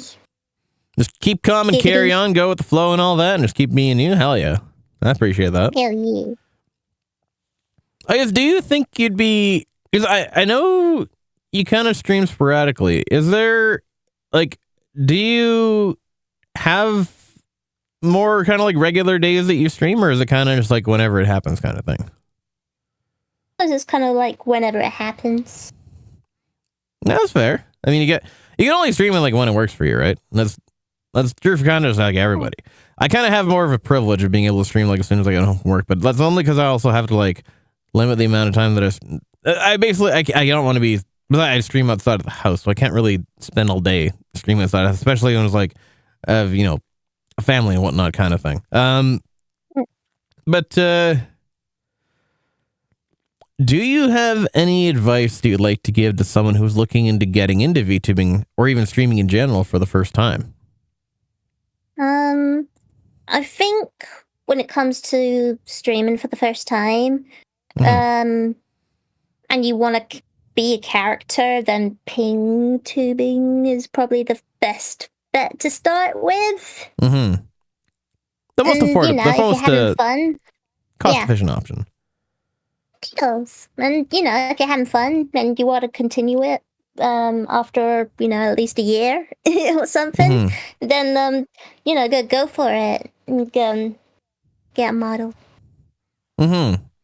Now, I know you mentioned before, because I don't initially in the interview, we asked a question of, like, you know, how did you get into VTubing yourself? Like, what was your VTubing journey between, because I know you said you've had, like, you know, the 4 different models or whatever, or what have you, I should say. And, like, where, like, because you started out, like, with Live 2D, with a Live 2D model, like, just first and foremost, right? Like, you kind of skipped the whole PNG phase, right? I think. I think I might have done. Yeah. And so, like, what was your, like, because you've been in VTubing for over 2 years now. Like, what was your between between like your first model and where you are now? Like, what were the different, like, decisions, I guess, led up to that point to become the current Miko, I guess? I think it's kind of like how I felt. I could, you know, look however I wanted. I didn't have to Mhm. necessarily be a big-boobed woman. Yeah. And, you know, I like really small, I say this as a cute big-boobed woman myself. characters. Yeah, but you look good. Oh, yeah, though. I appreciate that. Where did the idea for the fruit bat come from? I just really like bats. Bats are cute. This is very true. Bats are absolutely adorable. How did you come up with the? How did you come up exactly? So how did you come up with the Miko on my character, with the fruit bat Miko on my character in particular? Trials and errors of drawing nonstop. Honestly, it's the best way to do it. Like, you just gotta put the pencil down and then slap it on the paper. Well, put the stylus on the tablet, I guess, in the more modern era, and see what you come up with. Sometimes Yeah. you get something you happy with, sometimes you don't, but you just gotta fix along the way and see where you go from there. And you won't know until you try, right? Indeed does. Exactly. But yeah, there's a lot of different journeys that people can go getting into the VTubing space, and especially the PNG trees is the most common route. Or at least the most accessible route. Accessible is the word I wanted to use. You don't have to jump into a Live 2D model right at the start. You can if you want something that's more uniquely you, if you want to start off with, definitely go with the PNG route and see how you feel like. It is not too much of an investment to get into one and get one going. So yeah, I like it. See if it works for you. See if you can improve it a little more. See if you're happy where you're going, or if you want to take something a little bit different direction. They kind of just go from there, and that's where it goes. If you like where you're going, and you just got to build on it further, and next thing you know, bam, you're gonna be running something like this probably. And so, if you could say anything to any famous person, whether inside or outside the VTubing space, who would it be, and what would you say to them? Famous. Anybody. Doesn't even have to be like a big name. Could be somebody that you consider famous to yourself. It's not really something that comes to mind. Do you have an Oshi? Who, what, when, why? Exactly. Neither do I. Do you have any? Is there any particular? Okay, just don't start to listen. Who is Starscream again? I don't. I've heard of the name. I don't quite know who they are. Starscream! Yeah. He's a transformer. Oh wait, right. Yeah. That's a good. My apologies. My knowledge of Transformers isn't very much. My bestie is really into Transformers, but I wasn't familiar with the character. I think, what are you? What kind of things are you into outside of the YouTubing space? That being said, Transformers being one of them. What else? What else kind of hobbies and interests does Miko have besides just the VTubing space? I like to sing a lot. That is true, actually. You are a really good singer. Not gonna lie, I have heard some of your tracks before. Thank you. What are the kind of songs that you like to sing? What kind of gets Miko moving? I don't know. Quite a lot of stuff gets Miko moving. If it's got a really, really nice beat to it or whatever, I feel like I want to sing this, and then I sing it. There you go. What was the latest song that you've covered so far? Let's have a look, skis. Hmm. I'm currently learning that Trolls Free song, Watch Me Work, for some weird reason. I don't know of the song myself, but if you want to drop it, I think you should be able to drop it in chat. That being said, because I think VIP roles are exempt from the link thingy. Basically. Do you usually post your covers on YouTube then, or do you post them on like somewhere else? Mostly like Twitter, but only recently I've started posting them on YouTube. Are you able to grab a link for us to slap in the chat? For those who want to follow along? I haven't got it. No, it's all good. I mean, do you want to like? I think Chunk's gonna get it for us. Let me see if I can have. Do I have an allow command?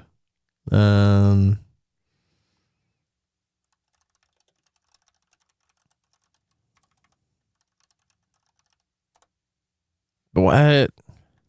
Hold on. Oh, permit. I think. Oh, that's on my.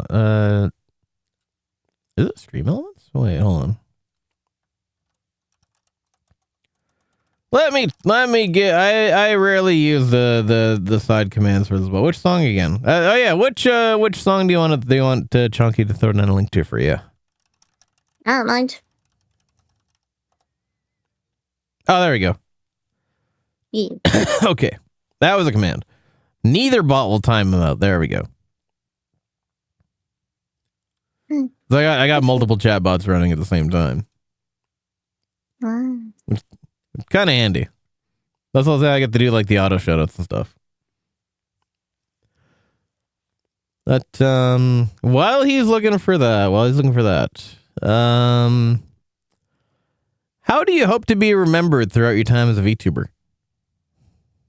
I have no idea. I don't think I'll ever get remembered. Oh, please. I would never forget you myself. Nice, sure this is it. Hell yeah. I'd say you've made a fairly memorable impact on people you come across, especially on me. Like the profile picture you made for me. That's been the same profile picture that I've had since you made it, and that's been. Well, I actually got to check back see when that was, because holy shit, it's been a while now. Yeah, but oh, Skoshy. What is with you and pipe bombs? I don't get it. I want to see where this came from, because yeah, I remember you made that. What else did you do? Where's the profile? And also, oh my god, like one of the things as well is like one of the things that's amazed me about like your production quality is like you made that stuff. You made those pieces like stupid fast. Like I think you had like an almost. I think for the Skoshy piece, Exactly. It's not. It's. Wait, is that? Well, two things come to mind when you ask that, Chunk. For one, it's the Potter Puppet Pals video, but also considering you're captain, I'm also thinking of Peter Pan. But let me see if I can find the. When did that profile picture? I know you made me the commission for. Did that come after that? I think no. No, it didn't. I just don't. Oh, might have been through Twitter then, because yeah, Christmas was when it made me the let's see here. And going back to their other things. So the first commission that I asked from you over Discord was for the cat. There's Obama plane. Quick, chat. What's Obama's last name? Slap it down, chat, if you know it. But let's see. Twitter said Obama's exactly. Trick question. It's president. That's why he's called it's Obama president. Obama exactly. That's why it's called Mr. President. I'm curious now. Why was I just getting a news story about a female ET? I don't know. Tina's back. Oh, I'm gonna share that. Let's see. Because I am now curious. Because I have had this profile picture for John Obamacare. Exactly. I've had the. Oh, okay. That was Christmas Eve last year. Damn. That was been a while. But it's literally been my profile picture ever since, and it's not gonna change anytime soon because I use that thing for like everything. It's been my most utilized asset since I rebranded the character. Hey yo. Thank you for following. Hello, new Neon pals. Static Lord, thanks for the follows. Will, much appreciate it. Welcome to Indianapolis. Nice to meet you. Happy Friday. Happy after Halloween. Hope you're doing well. How's the day for looking for the weekend? Nice to meet you. Next question, that being said, is what would your dream, let's say the sky's the limit. What would your dream goal or dream experience be as a VTuber, if anything were possible? If anything was possible, I'd be like a pro singer, and I'll have my own CDs and things, and everyone would buy them and think I'm amazing and love me. Well, we already think you're amazing. We already love you, so you're already halfway there. Hey. Because I know you have a pretty decent, I think at that point you just need to get more of a like a studio setup kind of thing. Something a bit more like noise isolated. Something to let your vocals flourish a little further, I think is the best way to put it. But I could see that being possible. You already put out a decent amount of covers, and you already have. Let's see if let me pull it up actually quickly. Wait, is that gonna No, that should not carry through my. That should not. Let me just make sure. Let's assume my sources are set here. So I don't want to blast this. I don't want to. I didn't know what you're talking about. Well, if you're talking about Artie, he was already on here like an hour ago, ish. But let's see the. I want to see the. Let me pull this up. Oh wait, that's not the Miko cover. That's just the original video. I have heard your voice, but I have heard your singing voice before. It is very good. I will say that it is very good. And I can absolutely see you like going places with it. It doesn't matter of if you have the drive, the motivation, and if you have, of course, the setup to do it with. But I think, give it a little bit, give it some time, and I think you're gonna be able to hit that pretty good. So never say never, no, never stop is the important thing. And so, whoopsie, I almost did not mean to full screen that. There you go. Let's see. So heading forward to the weekend. That being said, what are your upcoming weekend plans, if any, or do you have any in particular looking forward to?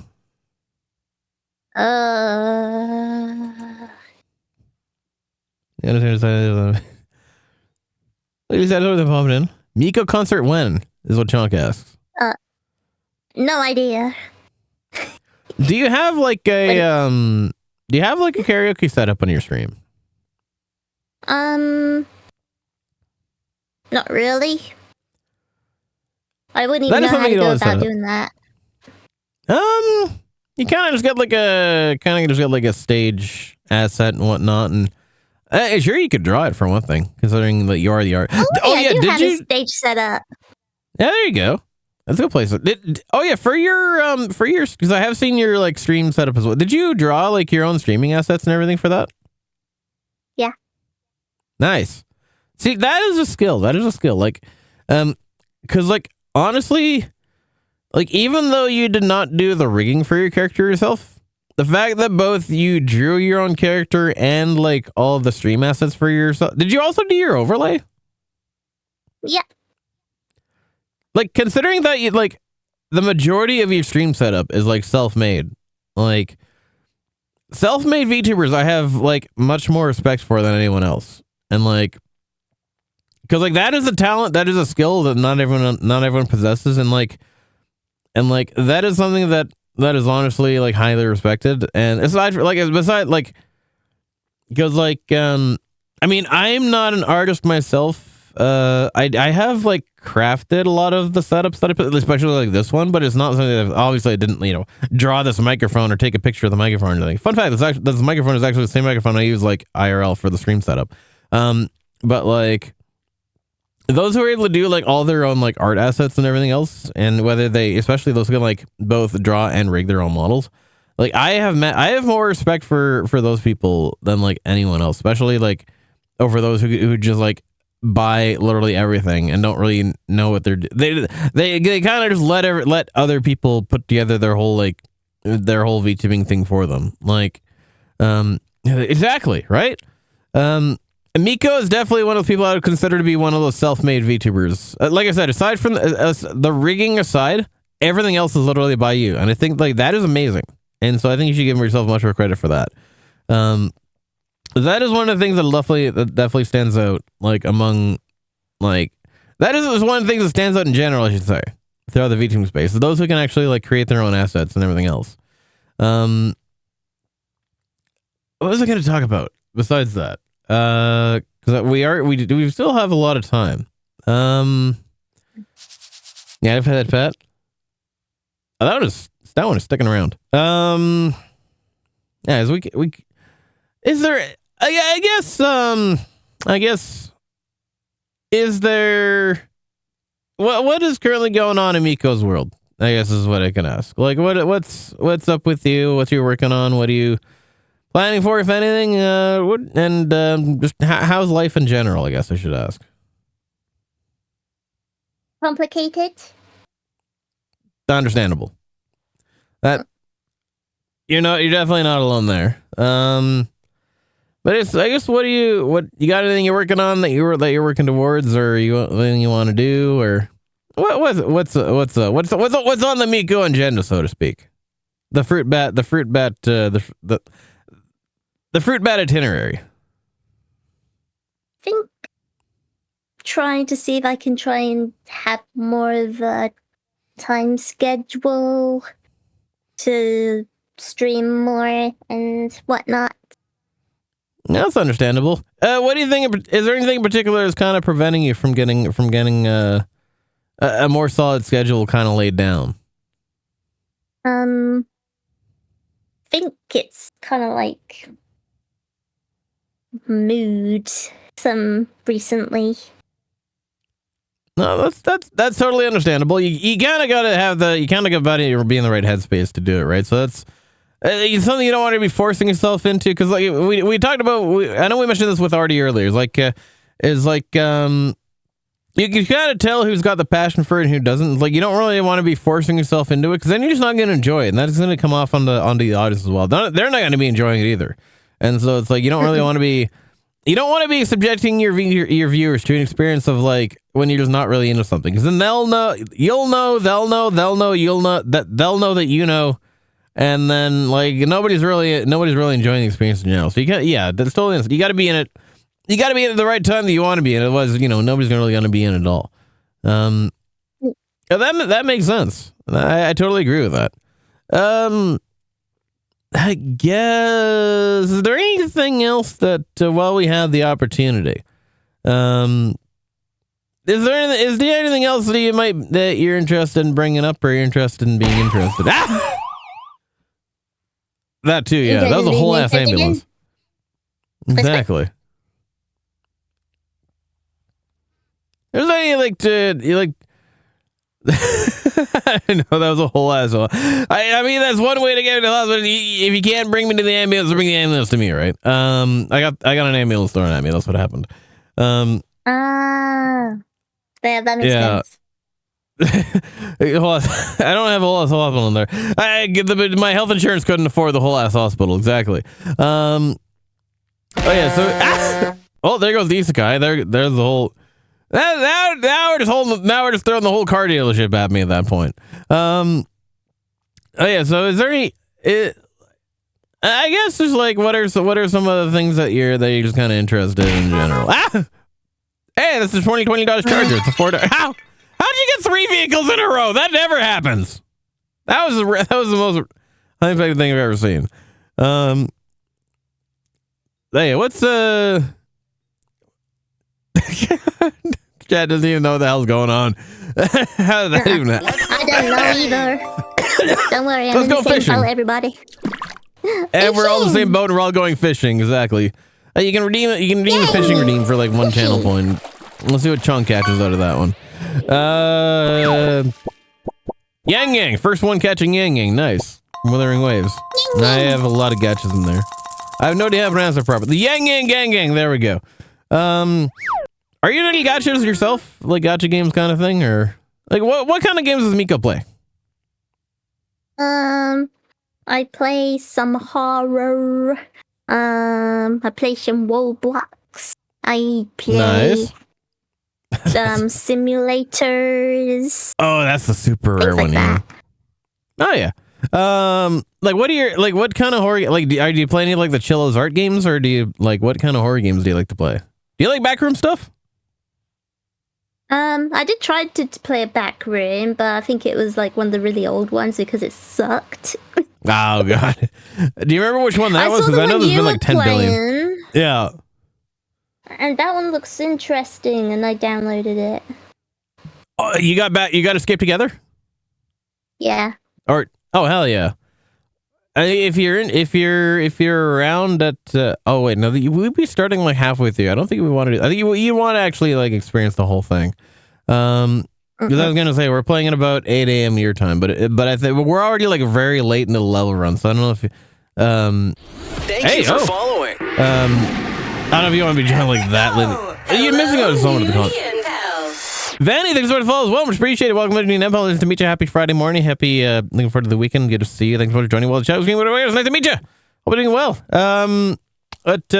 Yeah. So because I've played my main one before this was Inside the Backrooms, but this one, the level of quality and Escape Together. How's everything been with you? Nice to meet you. Thanks for joining. Thanks for tuning in. Escape Together. I found the level of quality in Escape Together it's much more detailed than I was surprised that it was apparently like came out 2 years ago. 'Cause I thought it would have just like come out recently. But it's like I don't like the Backrooms games that I like. That's why I like the Inside so much, because it actually felt like it actually like had some research into it and like was actually put together like some. Despite all our gripes with certain elements of the game by Mr. Fat Cat. Like the rest of the game is actually put together pretty well. At least in terms of like the thought that's been put in, like kind of like the level of detail. Whereas like other ones, like that's why I haven't played it. That's why I played it Inside, but I haven't played like the regular Escape the Backrooms games. I just don't feel the level of quality is there.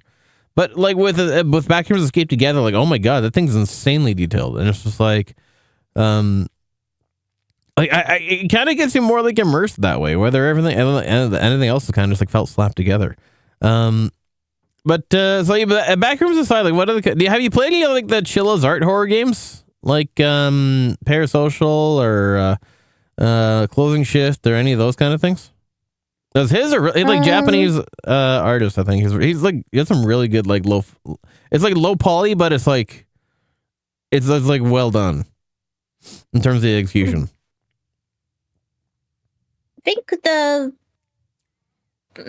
recent horror game I've played that left a real big impact on me was Amnesia, the machine Oh for yeah, I heard of that one. pigs.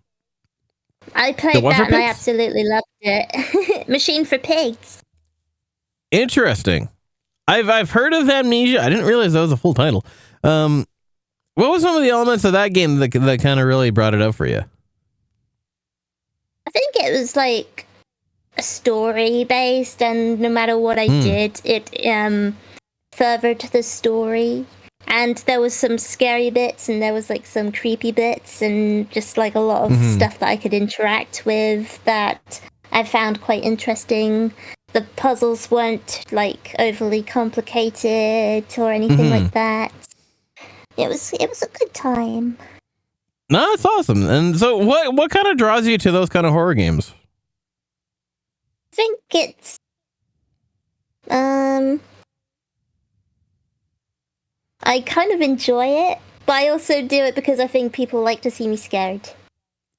That is totally understandable.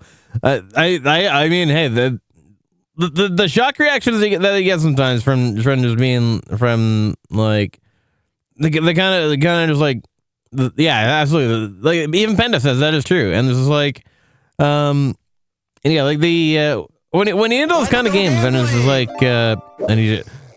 Oh, after that, they're still playing the Dark Descent. Interesting.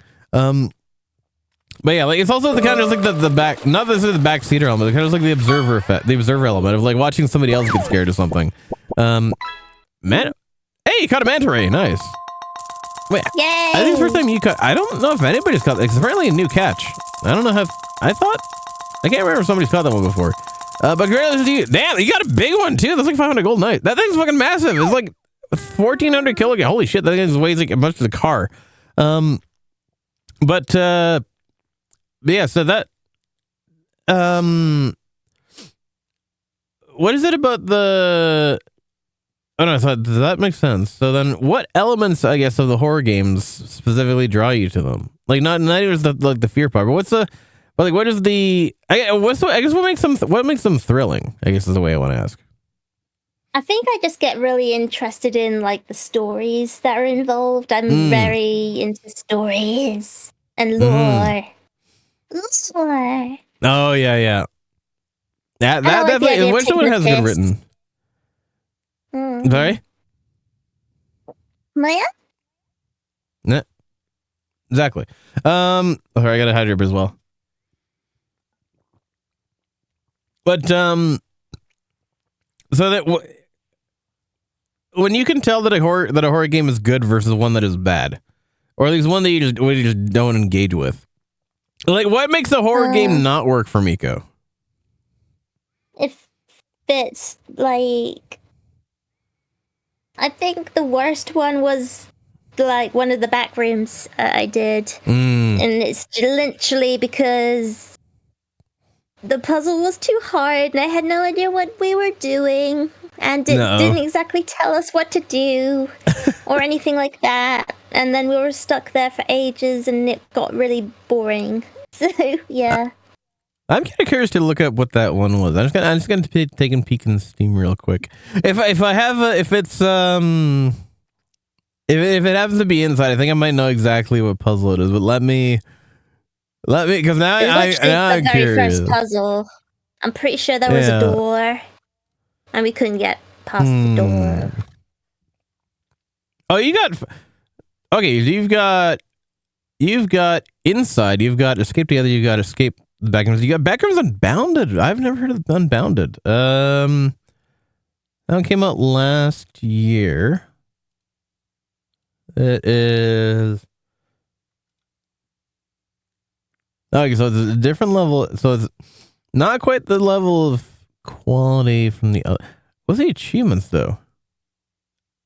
Oh, it's got almost the same set of levels as the usual ones. But let's see. In terms of the puzzle,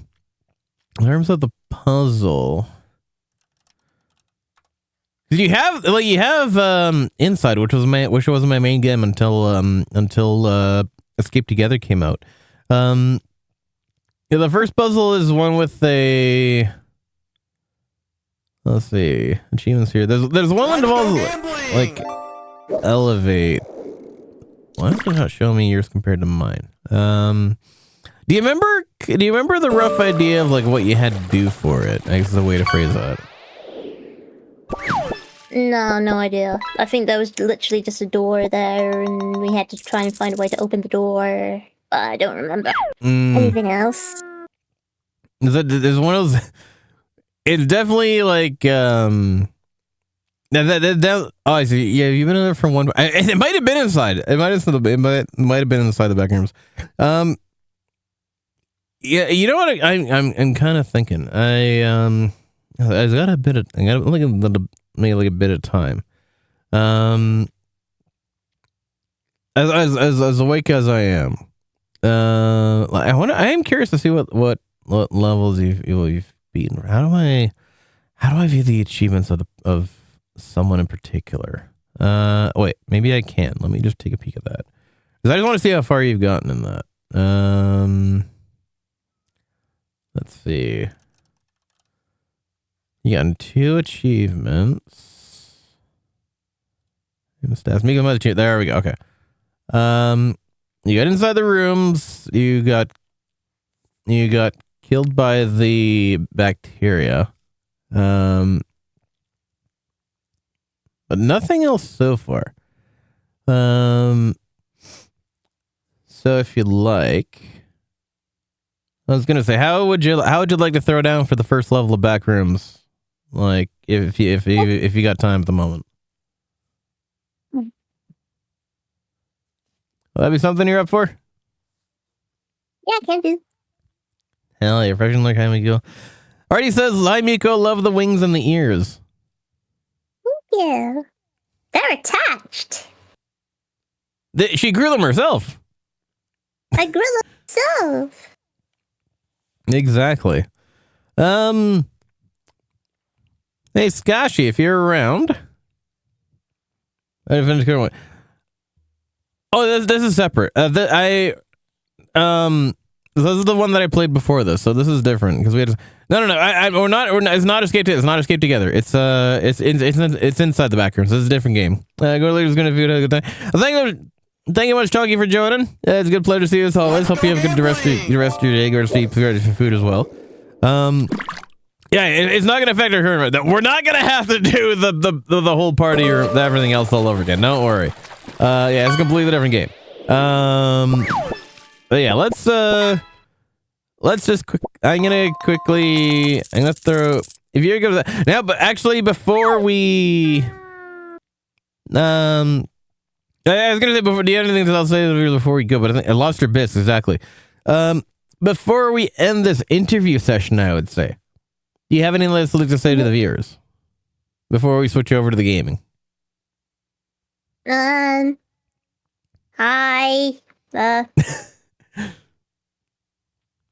Squeak. That works for me. Miko, you're absolutely adorable. Yeah, let's. I'm gonna release. I'm gonna shout you out one more time for one thing. We'll do that.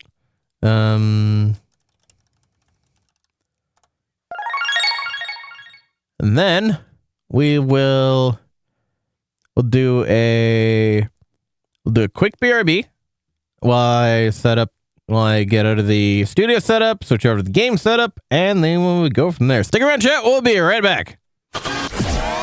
Kicking off your workday with a fresh-baked feline frenzy. You're watching and listening to Nyongo Bongo Dongo. Now let's get this bread.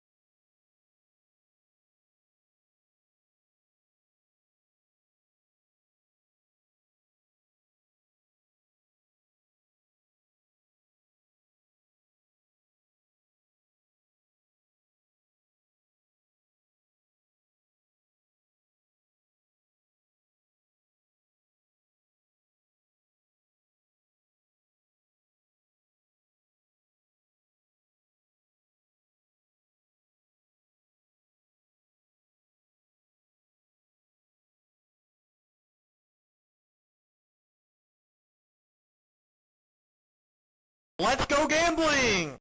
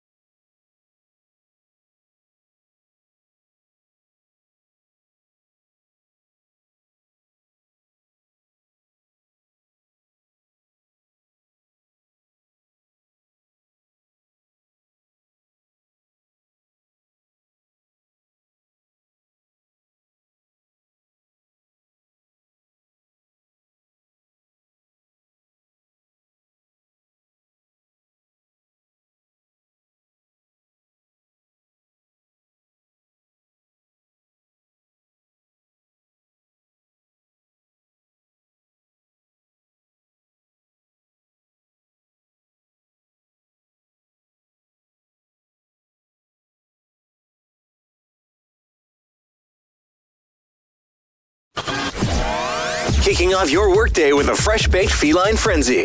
You're watching and listening to Nyongo Bongo Tongo. Now let's get this bread. Hey, sorry to keep you all waiting. Welcome back, arigato. So, slight change of plans. It is taking a little bit longer than expected just to acquire the game back again on Miko's side. So we're gonna actually plan it out properly, get a proper meetup together once everything's good to go. Most likely later next week, and then we can go from there. We'll actually run some more of the rooms, and we'll get them. We'll definitely at least get them past the first level and see how far we can get from there. But for now, my funky fruit band friend Miko, is there? Since you're the guest of honor today, since you're the closing guest of honor especially, is there any other? Do you have any other streamer in mind that you would like us to raid to today? I don't know. See which one of your friends are on. See where we'd like to go from there.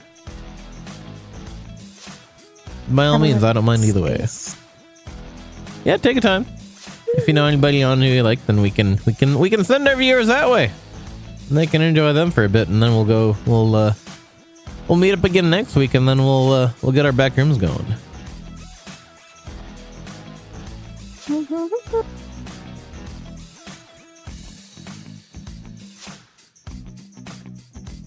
And you can just drop the name to me in the in our Discord chat. Okay. We got a pink tuber chibi little fox boy. Ooh, fox boy. I know a fox boy or two. All right. Go to the name sounds familiar. Sadamonsuki. Okie dokie. All right, so we will send another fox. Exactly. We're going to be going over to... So first and foremost, get this raid message to clipboards, everybody. If I can slap that key and actually work. There we go. Properly now.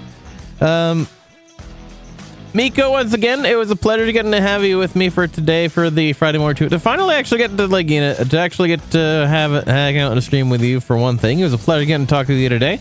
Getting the app with you today and get to actually hang out with my funky favorite bad friend. Oops, I accidentally left the Fugi up. Let me slap that off for now. There we go. Yeah, we'll do... There you go. Thank you so much for that, Nikota. Much appreciated. And yeah, we'll see you. Now, speaking of back rooms, Skyshisku and I, speaking of both back rooms and Foxboy, Skyshisku and I will be continuing Backrooms Escape together tonight. Well, technically tomorrow morning at midnight Pacific. So that'll be literally 12 hours from now. We'll be back in the back rooms, going through the party room again. Hopefully, getting past the party, getting enough tickets to make it out of the party room and see where we go from there.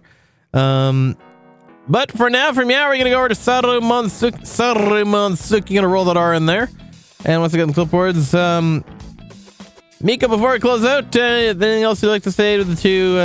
Once again, before we just gave you the final word. Squeeze. Perfect. Couldn't have said any better myself.